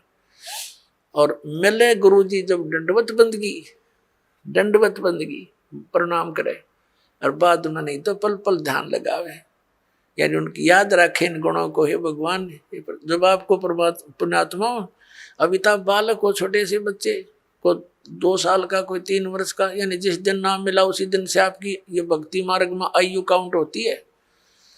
कोई 4 वर्ष का, कोई 5 वर्ष का, कोई 10 वर्ष का, तो बच्चे ही गिने जाते हैं। जब आप थोड़े से मैच्योर हो जाओगे तो फिर देखना आपकी स्थिति, आप रोया करोगे बैठ कर, भगवान जुल्म हो गया था, मनुष्य जीवन इतना अनमोल था, कौड़ी बदले जा था। और फिर इस दास की आपको उपयोगिता का पता चलेगा। तो इसलिए परमात्मा कहते हैं,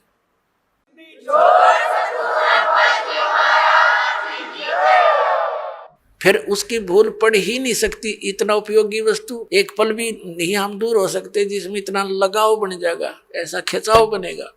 और ये लगाव, ये खिंचाव ही आपको सतलोक लेके जाएगा। जैसे हम इस काल भगवान के ऊपर आसक्त हुए, और इतने आसक्त हो गए कि डटे नहीं डटे, वहां पर इतना सुख छोड़कर हम इस गंध में आ गए, केवल इसकी चाह, इसके ऊपर आसक्त हो गए। अब इसके असलियत का पता आपको लग जाएगा। तो 1 नंबर का विलियन है, सब धोखा करके काम करावे, बला तुम्हारे से सारा काम करवा रहा है और आप खा रहा हमारे को। तो फिर आपका इससे दिल लटेगा, और परमात्मा की तरफ जाने के लिए आपको इस दास के अतिरिक्त पृथ्वी पर कुछ दिखाई नहीं देगा।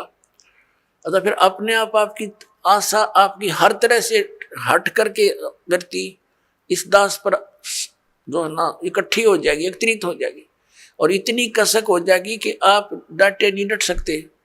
और यह भक्ति की शक्ति जो दास ने बताया, कमाई तुम्हारे साथ होगी। तो इस प्रकार फिर हम सतलोक जा सकेंगे, नहीं तो यह बात बनेगी नहीं जल्दी से। अब फिर क्या बताया है कि कबीर हरि जय रूठ जा, गुरु की शरण में जावे, कहें कबीर गुरु रूठ गए, हर ना होते सहाय।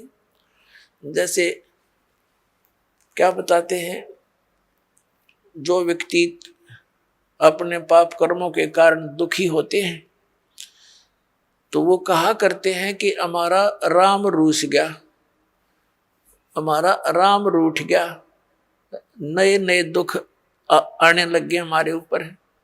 और जो सुखी होते हैं उनको यूं कहा करते, इनका राम राज्य है, इनके ऊपर भगवान प्रसन्न है। और जो दुखी होते हैं वो कहते हैं हमारा राम रूठ गया। अब पुण्यात्मा, जब तक हमारे पुण्य चलते हैं तो हमें सब सुख सुविधाएं उपलब्ध होती हैं, तो ऐसे लगता है कि हमारा राम राज्य है, प्रसन्न है। और जिनके पुण्य खत्म हो गए, उनके पाप शुरू हो गए, तो उनका राम रूठ गया। अब जैसे गुरु गोविंद दोनों खड़े, किसके लागू पाए, बलिहारी गुरु अपना, जिन गोविंद दियो मिलाए। अब क्या बताते हैं, परमात्मा ने कितना एग्जाम्पल दिया हमारे को समझाने के लिए। कैसा उदाहरण दिया है कि जैसे आप कहीं खेतों में एकांत स्थान पर या कहीं पर मजदूरी कर रहे हो, कोई कार्य कर रहे हो, मटका भर ले गए पानी का घड़ा घट, और उस जब तक उसमें जल है तो नो प्रॉब्लम, प्यास लगी घट घट पिया, फिर काम लाएंगे। और जब वो घट यानी घड़े में पानी खत्म हो गया, जल खत्म हो गया, तो समस्या उत्पन्न हुई। तो फिर वो राम रूठ गया। जब तक उसमें जल था तो राम राज्य था, सुविधा सारी थी, प्रॉब्लम थी नहीं। अब वो जल खत्म हुआ तो राम रूठ गया।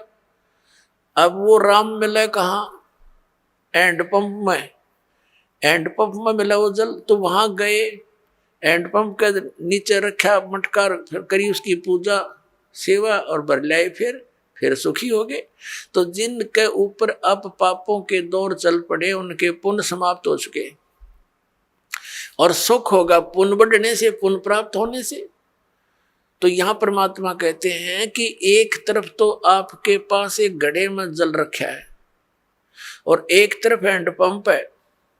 जल तो समझो परमात्मा है घड़े में, और हैंडपंप गुरु जी है। अब कौन से को सिलेक्ट करोगे तुम? हैंडपंप को। हैंडपंप में तो कितना पानी निकाले, और मटका में जो जल है वो तो थोड़ी सी दिन, एक दिन भी पूरा ना निकाला मन पूरे परिवार का। तो यहां परमात्मा कहते हैं गुरु गोविंद दोनों खड़े, और किसके लागू पाए, बलिहारी गुरु अपना, जिन गोविंद दिया मिलाए। हैंडपंप बिना जल नहीं मिला। कबीर हरि जय रूठ जा, गुरु की शरण में जावे, कहें कबीर गुरु रूठ गए तो हरि ना होत सहाय। जैसे हैंडपंप खराब कर दिया आपने, उसकी केयर टेक करी नहीं, तो फिर जल कैसे मिलेगा? अब गुरु रूठ गया तो भगवान साथ नहीं देगा बिल्कुल भी। परमात्मा कहते मम संत मुझे जान मेरा ही स्वरूपम, मेरे संत को मुझे ही जान लेना, तब मैं तेरे निकट आऊंगा।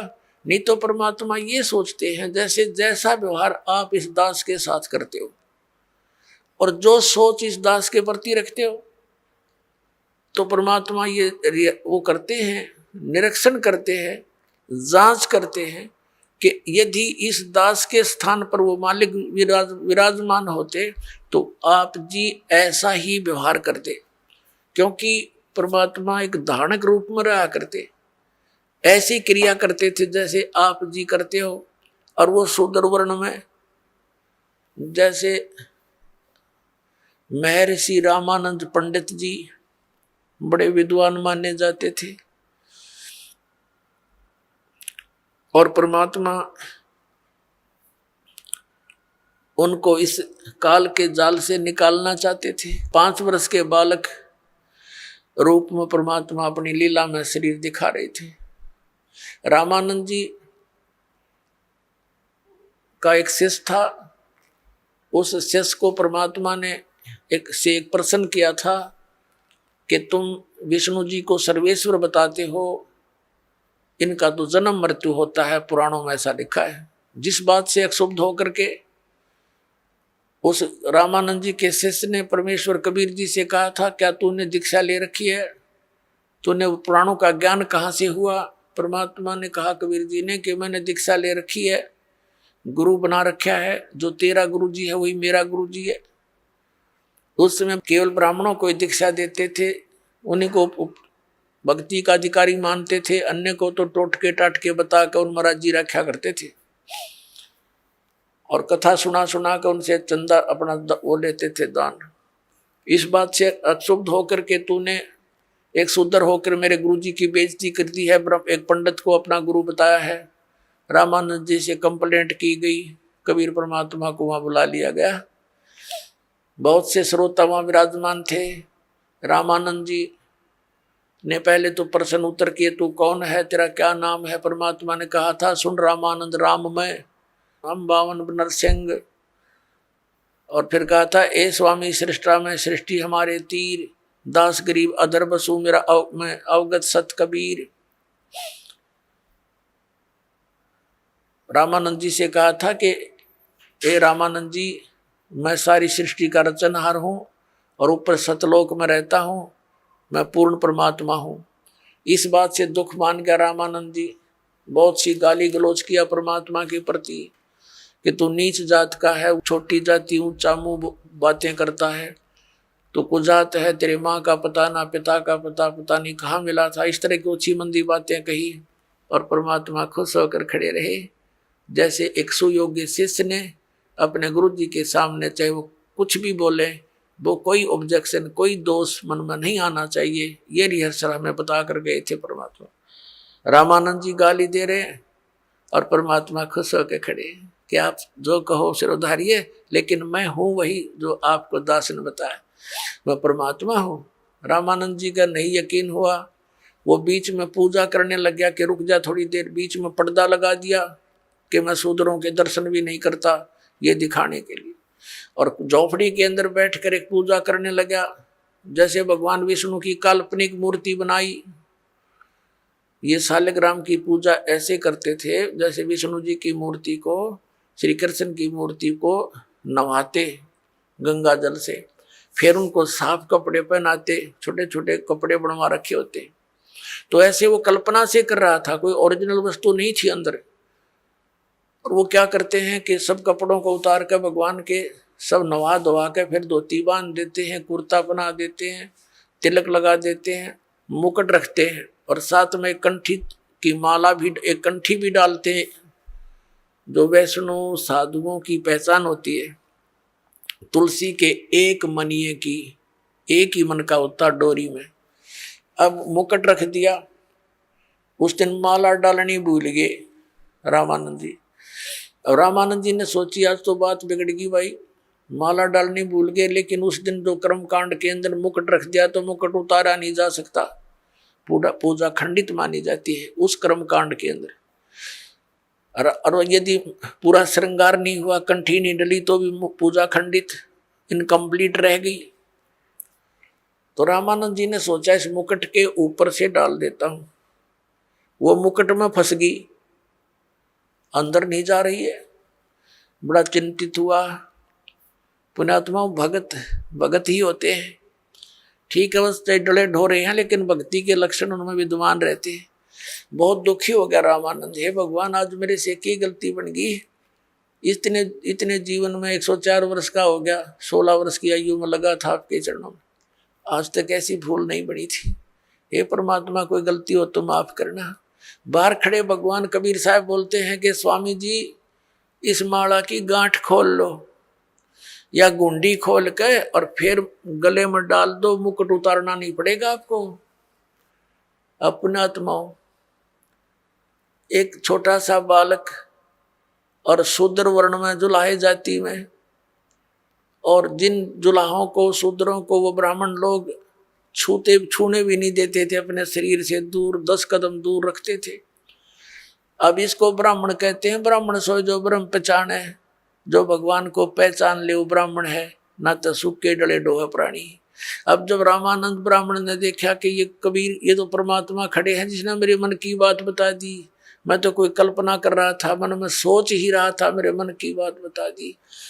अब वो पर्दा दिया फेंक, और सामने हजारों की संख्या में ब्राह्मण दर्शक बैठे कि आज कबीर की पिटाई होगी, और रामानंद जी कहेगा कि मैंने इसको दीक्षा नहीं दी, ये झूठ बोलता है।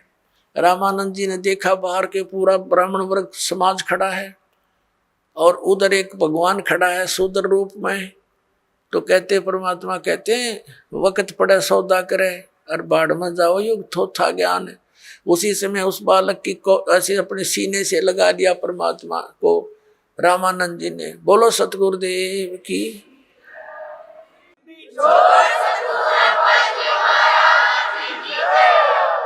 और जो ऐसे अपने शरीर परमात्मा को सीने से लगाया तो इतना नरम शरीर था परमात्मा का जैसे रुई रबड़ होता है, क्योंकि उनका शरीर शुक्रम अकायम असनाविरम है। परमात्मा का शरीर हमारे जैसा 5 तत्वों से बना हुआ नहीं है।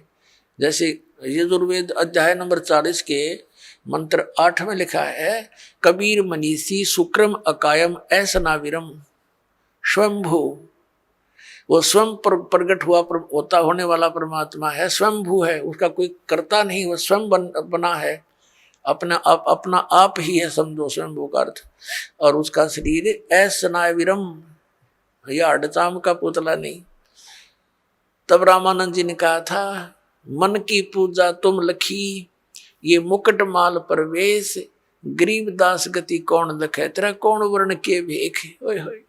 अब रामानंद जी कहते हैं भगवान आप तो परमात्मा हो, और आपको कैसे पहचान सके हमारे जैसे जीव सत्र के व्यक्ति। आप किस तरह वेशभूषा में 5 वर्ष के बालक की आयु में और कौन से वर्ण में यानी जुलाहे जाति में खड़े हो, आपको भगवान कैसे माने हम, ये जीव कैसे समझ सकेंगे परमात्मा। मेरी तो आपने भ्रम निवारण कर दिया।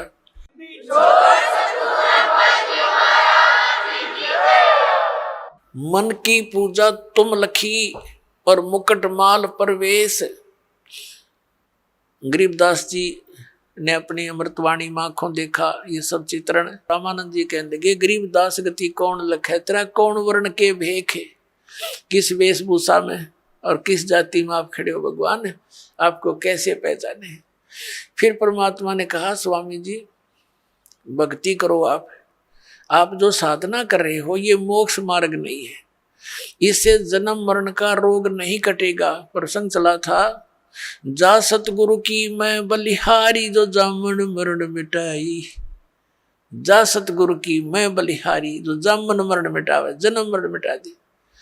तो रामानंद जी ने कहा, बच्चा मैंने तो आज तक जिससे भी ज्ञान सुना है, स्वर्ग से ऊपर कोई भगवान कोई स्थान नहीं, और श्री कृष्ण और विष्णु से ऊपर भगवान और शंकर से ऊपर मैंने भगवान नहीं सुना।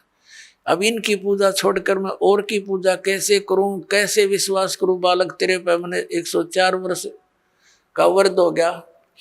अब आप जो बताने जा रहे हो कि परमात्मा और है, क्योंकि परमेश्वर कबीर जी ने सारा कुछ बताया। आपकी गीता जी में लिखा है 18वें अध्याय के 62वें श्लोक में, 18वें अध्याय के 66वें श्लोक में आपका गीता ज्ञानदाता कहता है कि तू सर्वधर्मान परित्यज माम एकम शरणम व्रज, तो सर्व भाव से उस परमेश्वर की शरण में जा, उसी की कृपा से तू परम शांति को प्राप्त हो। अब उनको कंठस्थ याद थे, ब्राह्मण थे, वो तो सारी याद थी, पूरी गीता कंठस्थ याद थी, सब श्लोक याद थे। तो रामानंद जी ने कहा कि भगवान हम तो इसका व्रज का अर्थ उल्टा ही लगाए बैठे थे। तो परमात्मा ने कहा अब उल्टा कर लो, क्योंकि गाड़ी को उल्टा डाल ले तो चले नहीं, गाड़ी को सीधा ही खड़ा करना पड़ेगा। अब परमात्मा ने कहा कि उसकी शरण में जाने के लिए जो साधना है वो 17वें अध्याय के 23वें श्लोक में लिखा। ये तत् और सत मेरे पास है, ये मंत्र कबीर साहब ने कहा था रामानंद जी को।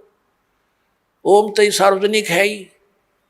तब रामानंद जी ने कहा कि देख बच्चा, मैंने सारी उम्र खो दी इसी भक्ति में, अब कहीं मैं घर का रहूं ना घाट का। 104 वर्ष का बूढ़ा हो गया, आप साधना बताओ, कहीं प्रमाण दिखाई देता नहीं। ठीक है, ये गीता जी का मंत्र तो मैंने याद है, ओम तत्सत, लेकिन ये सब कुछ देख कर भी विश्वास नहीं हो पा रहा मुझे। तो परमात्मा कहने लगे कि हमारी बात पर जो विश्वास करेगा तो उसको हम प्रमाण भी दिखा देंगे। रामानंद जी ने कहा, देखो मैं 16 साल की उम्र से लगा था, 16 वर्ष की आयु से, और आज तक मैं यही साधना करता हूं। मैंने पूरा शरीर अपना साध रखा है, समाधिस्थ भी होता हूं। परमात्मा ने कहा, आप समाधिस्थ हो कि कहां तक पहुंचते हो समाधि में? अब वो समाधिस्थ हो गए, अभ्यास था डेली का, योग युक्त होने का, एकदम समाधिस्थ हो गए। समाधि क्या है? सपना सा होया करता है, सपना सा। एक ऐसी स्थिति आ जाती है कि वो भूल जाता है मैं कहाँ बैठा हूं, और ऊपर के जो साजबाज दिखाई देना शुरू कर देता है। तो परमात्मा उनके साथ साथ जा रहे हैं। रामानंद जी पहुंच गए, आगे त्रिकुटी पर पहुंच जाता है प्राणी। ये ओम नाम के जाप का साधक त्रिकुटी पर जाता है। वैसे भी जो अन्य साधना करते हैं वो भी जो धर्मी पुरुष होते हैं वो सीधे त्रिकुटी पर ही पहुंचते हैं। वहां से फिर 3 रास्ते बन जाते हैं। तो परमात्मा ने कहा कि यहाँ आगे कहाँ जाओगे स्वामी जी? समाधि दशा में बातें हो रही, जैसे स्वप्न में होते हैं। अब रामानंद जी कहता कि मुझे पता नहीं, मैं तो यहीं तक पहुंच पाता हूं। तो परमात्मा ने कहा कि ये जो लेफ्ट साइड का रास्ता है ना, ये जाता पहले धर्मराज के दरबार में। ये पूरी नो सोच ले सेक्रेटरीएट है ये पूरा। जब आपकी मृत्यु होगी तभी जा सकोगे, आगे पहले नहीं जा सकते वहां। तो वहां आपका अकाउंट होगा, आपने जिस भी देव की पूजा कर रखी उसी के लोक में आपको भेज दिया जाएगा। तो ऐसे ही सबका अकाउंट यहाँ होकर के फिर उन अन्य स्थानों पर भेजा जाता है। राइट साइड के अंदर ये 88,000 खेड़े हैं और ये दूसरे टाइप के व्यक्ति इधर भेजे जाते हैं। और सामने जो है ये ब्रह्मरंध्र है, सामने का जो है ये तुम्हारे किसी मंत्र से नहीं खुल सकता, ये ब्रह्मलोक को जाता है। आपके पास जो मंत्र हैं आप जाप करते हो, ओम नमः शिवाय या ओम भगवते वासुदेव या हरे राम कृष्ण राधे श्याम, इन करके जाप देख लो आप। रामानंद जी ने सारा कुछ कर लिया लेकिन वो गेट नहीं खुला। तो परमात्मा ने कहा मैं खोलूं मेरे सतनाम से? परमात्मा ने कहा देखी मैं सिमरण करता हूं सतनाम का। वो तो मालिक थे, सिमरण किया, एकदम सामने का गेट में पट दे ही खुल गया। अकाज है मेरे साथ। उनके अब अंदर जाते ही ऑटोमेटिक फिल्म बंद हो गया।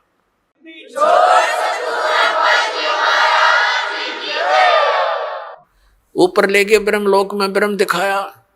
ये अपने पुत्र का रूप धारण करके किसी कभी ब्रह्मा रूप धारण कर लेता है, कभी विष्णु कभी शिव जी। इससे आगे फिर ले गया इसके 21वें ब्रह्मांड में तपस्या दिखाई, जहां ये भून कर 1 लाख प्राणियों को खाता है। फिर परमात्मा परब्रह्म के लोक में यानी 11वें द्वार से पार करके परब्रह्म के लोक में प्रवेश किया। परब्रह्म से आगे फिर अपने लोक में सतलोक में परम अक्षर ब्रह्म के लोक में सतलोक में ले गए, बाण गुफा को पार करके 12वां द्वार पार करके। तो वहां क्या देखा? वहां की जो स्थिति, जो भगवान वहां रहते हैं, वहां तेजो में शरीर है परमात्मा का, उसको सतपुरुष कहो, परम अक्षर पुरुष कहो, उसको कबीर भगवान कहो। तो सतपुरुष के एक रोमकूप में करोड़ सूर्य मिला दे, करोड़ चंद्रमा, ऐसी रोशनी है उस परमात्मा की, से भी तेज है। और नीचे से जो कबीर साहब गए थे 5 वर्ष के बालक की आयु में, वहां चवर उठा के अपने दूसरे रूप पर चौर करने लगे। तो रामानंद जी ने सोचा कि ये कबीर जी तो यहाँ का कोई देवता है, गण है, और ये है सचमुच वो परम अक्षर ब्रह्म जिसके विषय में गीता में कहा है। तो उसी समय वो सोच ही रहे थे, वो तेजो में शरीर जो तख्त पर, तख्त माने सिंहासन, तख्त का अर्थ कोई यूं नहीं है लकड़ी का तख्त पर बैठे, यानी अनंत कोट ब्रह्मांड के कंट्रोलर के सिंहासन पर विराजमान है। वहां से खड़े हुए और चवर ले लिया परमात्मा से 5 वर्ष के बालक से, और 5 वर्ष का बालक बैठ गया उस अनंत कोट ब्रह्मांड के सिंहासन के रूप पर, सिंहासन के ऊपर कबीर रूप में। और वो तेजो में शरीर परमात्मा कबीर जी 5 वर्ष के बालक पर एक सेवक की तरह ऐसे सेवा करने लगे चंवर से। रामानंद जी सोच ही रहे थे कि ये क्या चक्कर हो रहा है, छोटा सा बालक कबीर जुलाहा, और ये इस पर यूं भगवान चंवर करता। इतने में तेजो में शरीर परमात्मा का जो था वो कबीर 5 वर्ष के बालक में समावेश कर गया। अकेले कबीर जी बैठे रह गए, 5 वर्ष के बालक। तब रामानंद जी से कहा परमात्मा ने कि Swami ji I am God, मैं परमात्मा हूं और तुम मेरे बच्चे हो, वहां काल के जाल में हो, देख झांक कर उस नरक में जहां तुम रह रहे हो। रामानंद जी ने नीचे देखा तो उत्तरे की यहाँ तो ऐसे दिखे जैसे कीड़े मकोड़े चल रहे होते इस नरक में। इसका सारे जो यहाँ के राष्ट्रपति और प्रधानमंत्री चाहे सब कुछ हो, वो सतलोक की तुलना में ऐसा गंध दिखाई देता है। परमात्मा कहते हैं 100 योजन जाती है या दुनिया की गंध 100 योजन तक, 1 योजन में 12 किलोमीटर, कहते 1200 किलोमीटर तक इसकी बदबू जाती है ऊपर इस गंदे लोक की, जहां तुम ठाठ मान रहे हो स्वर्ग सारे मिला करके सारे इतने खराब हैं यहाँ के। तब रामानंद जी से कहा कि जाओ तुम वापस यहाँ आना पड़ेगा। हो गया विश्वास आपको? अके भगवान हमारी ताएं खुल गई। जब वापस आए शरीर में, सामने फिर बैठे परमात्मा, वही 5 वर्ष के बालक रूप में जागोष्ठी हो रही थी उनकी। चरण पकड़ दिए 104 साल के उस वृद्ध ने, ब्राह्मण ने, सच वो था ब्राह्मण, और 5 वर्ष के दानक के पैर पकड़ दिए उस बालक के और कहा कि 2 ठोड़ है, एक तू भया एक से 2, और गरीबदास हमकार ने तुम आए हो मुग्धो। तुम साहेब तुम संत हो, तुम सतगुरु तुम हंस, और गरीबदास तेरे रूप में ना और न दूजा अंश। तो इस प्रकार आपका जन्म मरण मिटेगा और परमात्मा प्राप्त होगा। बोलो सतगुरुदेव।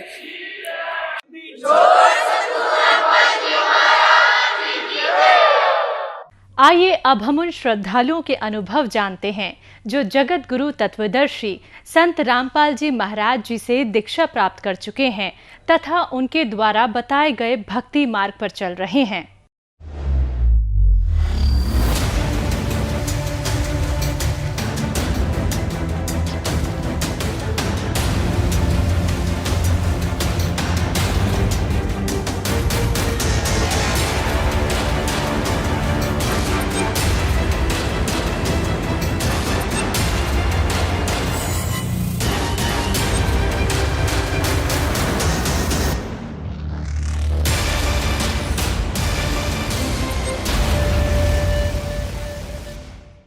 नमस्कार सर। नमस्कार। सर क्या नाम है आपका? मेरा नाम गोपाल दास। सर कहाँ के रहने वाले हैं आप? मैं उत्तराखंड नेपाल बॉर्डर। सर संत रामपाल जी महाराज से नाम दीक्षा आपने कब ली? 1 मार्च 2009 को लिया था। सर संत रामपाल जी महाराज से नाम दीक्षा लेने से पहले आप क्या भक्ति साधनाएं करते थे? सन 2000 से मुझे लगन लगी थी। याद है मुझे वो बम्बई में जब मैं सुनता था अडगड़ानंद स्वामी जी का, आसाराम जी का, तब से मुझे लगन लगी थी कि अब मैं पता करूँगा। इतनी लगन लग गई मेरी, अरे बाबरे बाबरे। मैं जितने भी संत दिल्ली बम्बई जहाँ हो उनको वहाँ जाके अटेंड करता था सत्संग सुनने के लिए, सिर्फ ऑनली ड्यूटी में एब्सेंट करके 15-15 दिन। जैसे सतपाल जी महाराज का गुड़गांव में हो गया, 1 हफ्ता ड्यूटी में नहीं गया मैं। जैसे आसाराम जी का बम्बई में हो गया, मैं बम्बई जी में जाके अटेंड करता था। कृष्ण मिर्दुल जी बिंद्रावन के, उनको सत्संग सुनने के लिए मैं ड्यूटी एब्सेंट करके वहाँ जाता था। मैं पूजा भी करता था राम की।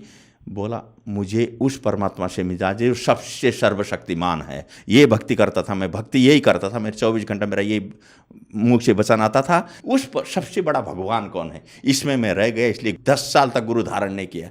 मेरे दोस्तों ने सबने किया, मैंने नहीं किया। सर आपने बताया कि आप सबसे बड़े भगवान की खोज में थे। उसके लिए आप सभी संतों के पास गए, सुधांशु जी के पास गए, आसाराम जी के पास गए।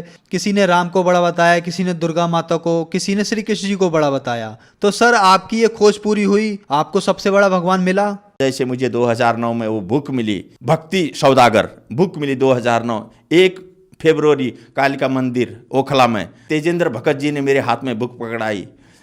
सेंट्रल बैंक का मैनेजर है वो आदमी, दिल्ली में। बुक पकड़े, जैसे मैंने वो बुक देखा, अरे तेरी 8-10 पेज क्या पढ़ा था मैंने। रात को फ़ोन किया उसको, हे भगवान, भगवान तो ये है भाई, मिल गया मुझे। अब पता चला ये तो इतने बड़े भगवान।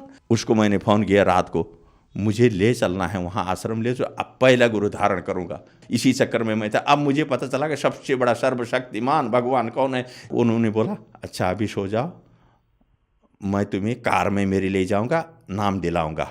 फिर उन्होंने मुझे 1 मार्च को अपनी कार में बोला संत रामपाल जी के आश्रम में वहाँ ले गए और उन्होंने नाम दीक्षा मुझे दिला दी। सर, आपने बताया कि आपने सभी संतों के 10 साल तक सत्संग सुने, लेकिन किसी को अपना गुरु नहीं बनाया, क्योंकि आप एक खोज में थे कि मेरे को सबसे बड़ा भगवान मिले। और संत रामपाल जी महाराज की शरण में आने के बाद आपकी वो खोज पूरी हुई। तो संत रामपाल जी महाराज से नाम दीक्षा लेने के बाद क्या आपको कोई लाभ भी मिले? जैसे मैंने नाम लिया वहाँ से 1 मार्च को, उस दिन से मैं 4 महीने फर्स्ट नाम जो दिया गुरुजी ने, जो मैं याद है मुझे, जो मेरे फंसे हुए पैसे पीएफ में 3 जगह पैसे लकट गए। अरे अचानक नहीं देने वाले, बैंकों में पैसे आने लगे मेरे। मैं तो हैरान रह गया, इतने चंगा हो गया, इतना खुश हो गया मैं। अरे इतनी आनंद क्यों है मेरे को अंदर से, चारों तरफ से पैसे 3 जगह से बैंकों में पैसे आ रहे मेरे, जो कभी नहीं देने वाले थे वो भेज रहे हैं। और 3 जगह पीएफ का पैसा आ गया, जो कभी ठेकेदारी में पीएफ देते ही नहीं है। हे भगवान, ये अक्षर में 4 महीने भी नहीं हुए थे, वो गिना रहा हूँ मैं आपको। अब उसके बाद का आगे का मैं गिनाऊँ, ओहो। फिर मैं गाँव गया नाम लेने के बाद। गांव से पूरी परिवार बीमार थी, दमा थी वहाँ परिवार को, मिसेज दमाग थी, बच्चा तो फेंट हो रहा था वहाँ, पूरी तरह खा रहा था, नीचे से जा रही थी, पूरा बेहोश पड़ता था बच्चा। जैसे उनको यहाँ लाया, सोने के लिए बिस्तर नहीं था, परिवार साथ में कहाँ रहे। एक रिश्तेदार के घर रहा, वो बोला भाई कपड़ा तो नहीं होंगे। मैं बोला भाई मेरे पास 1000 रुपये, 800 रुपये का मैंने एक रसे गद्दा खरीदा, 200 बच गए भाई मेरे पास। याद है मुझे वो दिन लाजपत नगर में नौकरी लग गई मेरी, मालिक ने पता नहीं नौकरी लगा दिया, ऐसी नौकरी लगा दी। अब वहाँ से शुरू हुआ, नाम भी मिला, नौकरी भी लग गई, रोटी नहीं मिल रही थी, किराए में मकान लिया, किराए में रहता था। फिर अभी में शुरू हो गया किराए में रहना, नौकरी में तरक्की हुई। मैंने 20 साल बम्बई में नौकरी करी, 20 साल की कमाई मैंने भाई को भेजता रहा, उसने ज़मीन गांव में ले ली, मैं गया नहीं गांव में, ले लिया है क्या जाना है। उसने अपने नाम पे ज़मीन कर दी, मेरी भी उसी के नाम पे थी पूरी ज़मीन। फिर मैंने भाई को बोला मेरे नाम पे आप कर दे भाई ज़मीन, और उसने नाम पे ज़मीन नहीं किया मेरे नाम पे। फिर मैं बच्चों को लेके दिल्ली आ गया। फिर मैं गुरुजी से अर्ज़ किया ज़मीन हड़पने की, 13 साल बाद गुरुजी से अर्ज़ किया। गुरुजी ने बोला बेटा तेरी ज़मीन मिलेगी, झगड़ा मत करना। और जैसे गुरुजी ने ऐसा आशीर्वाद दिया मुझे 2013 में, और जैसे बरवाला से सत्संग सुन के मैं घर में आया, दिल्ली में किराए में रहता था, और किराए में रहने के बाद 5वें दिन उसने गांव से पूरा कोर्ट का डॉक्यूमेंट पेपर भेज के, वहाँ का सब भेज के यहाँ आदमी को भेजा, और चल भाई तेरी ज़मीन तेरे नाम पे करता हूँ करके वो आदमी लेके मेरे को ढूंढ रहा है, कि एड्रेस ढूंढ रहा है। किराए के मकान में रहता था मैं, ऊपर मकान वाले बोलता है कौन आया है देख।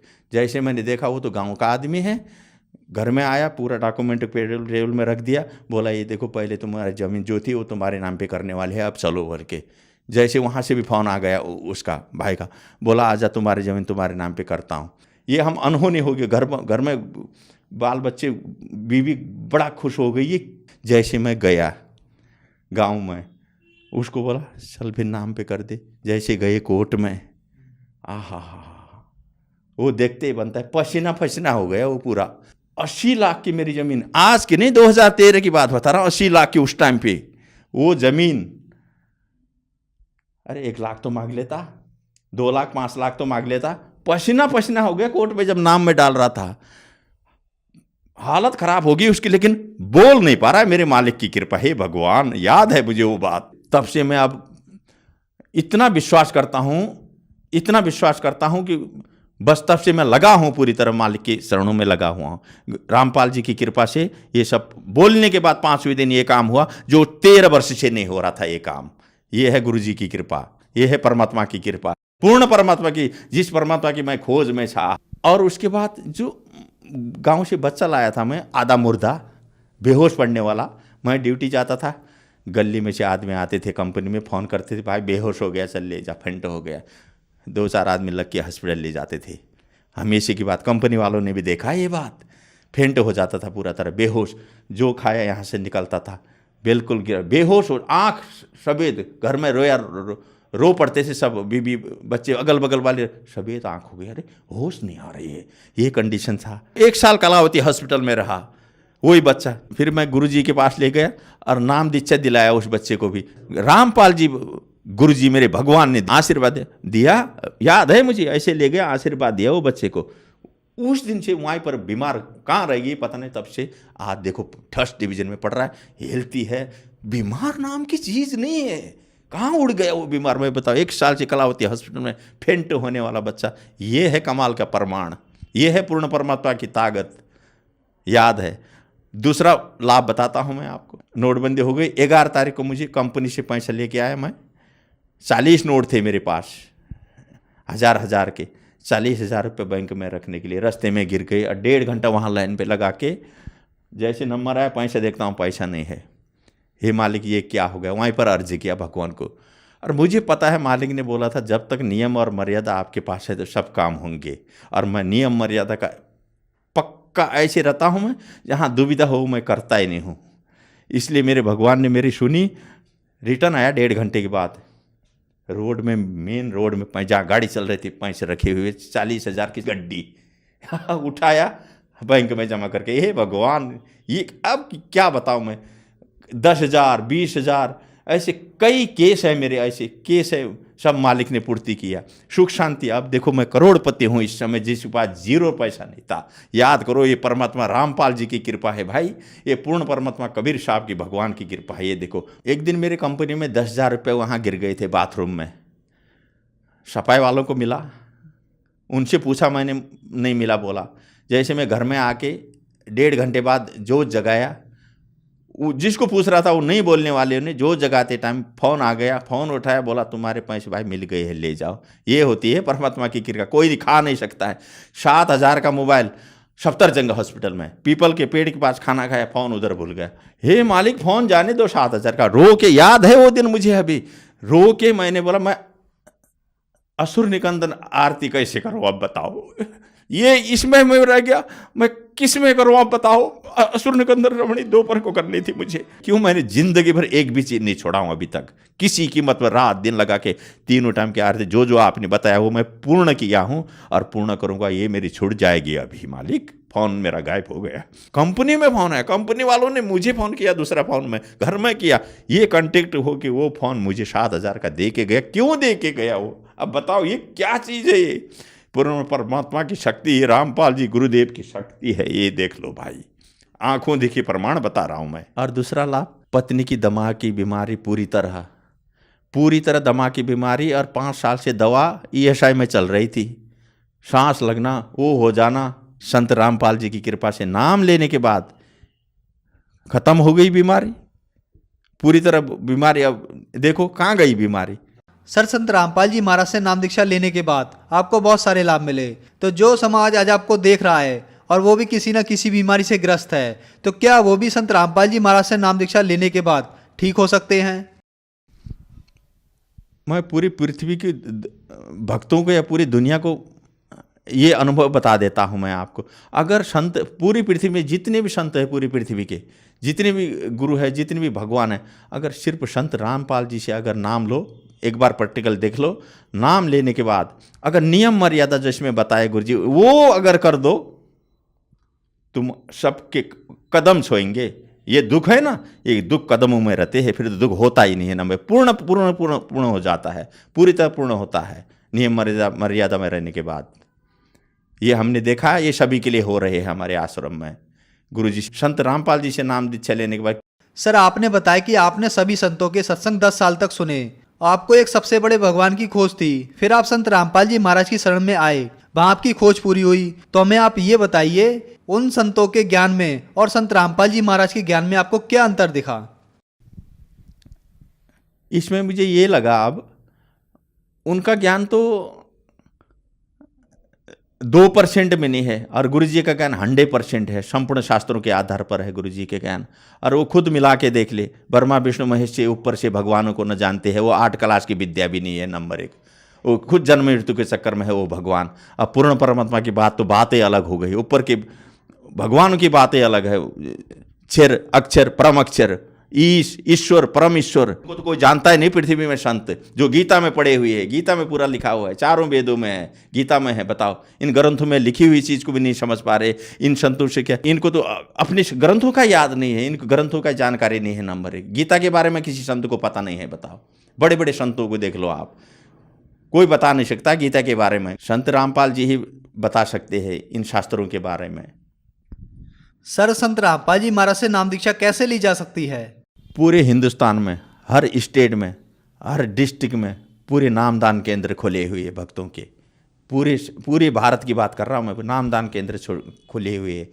जो आदमी जिस स्टेट का जिस जगह का रहता है वहाँ पूरा नामदान केंद्र में कांटेक्ट करो, संत रामपाल जी से नाम दीक्षा लो और अपना कल्याण कराओ। धन्यवाद सर। नमस्कार, सत साहिब।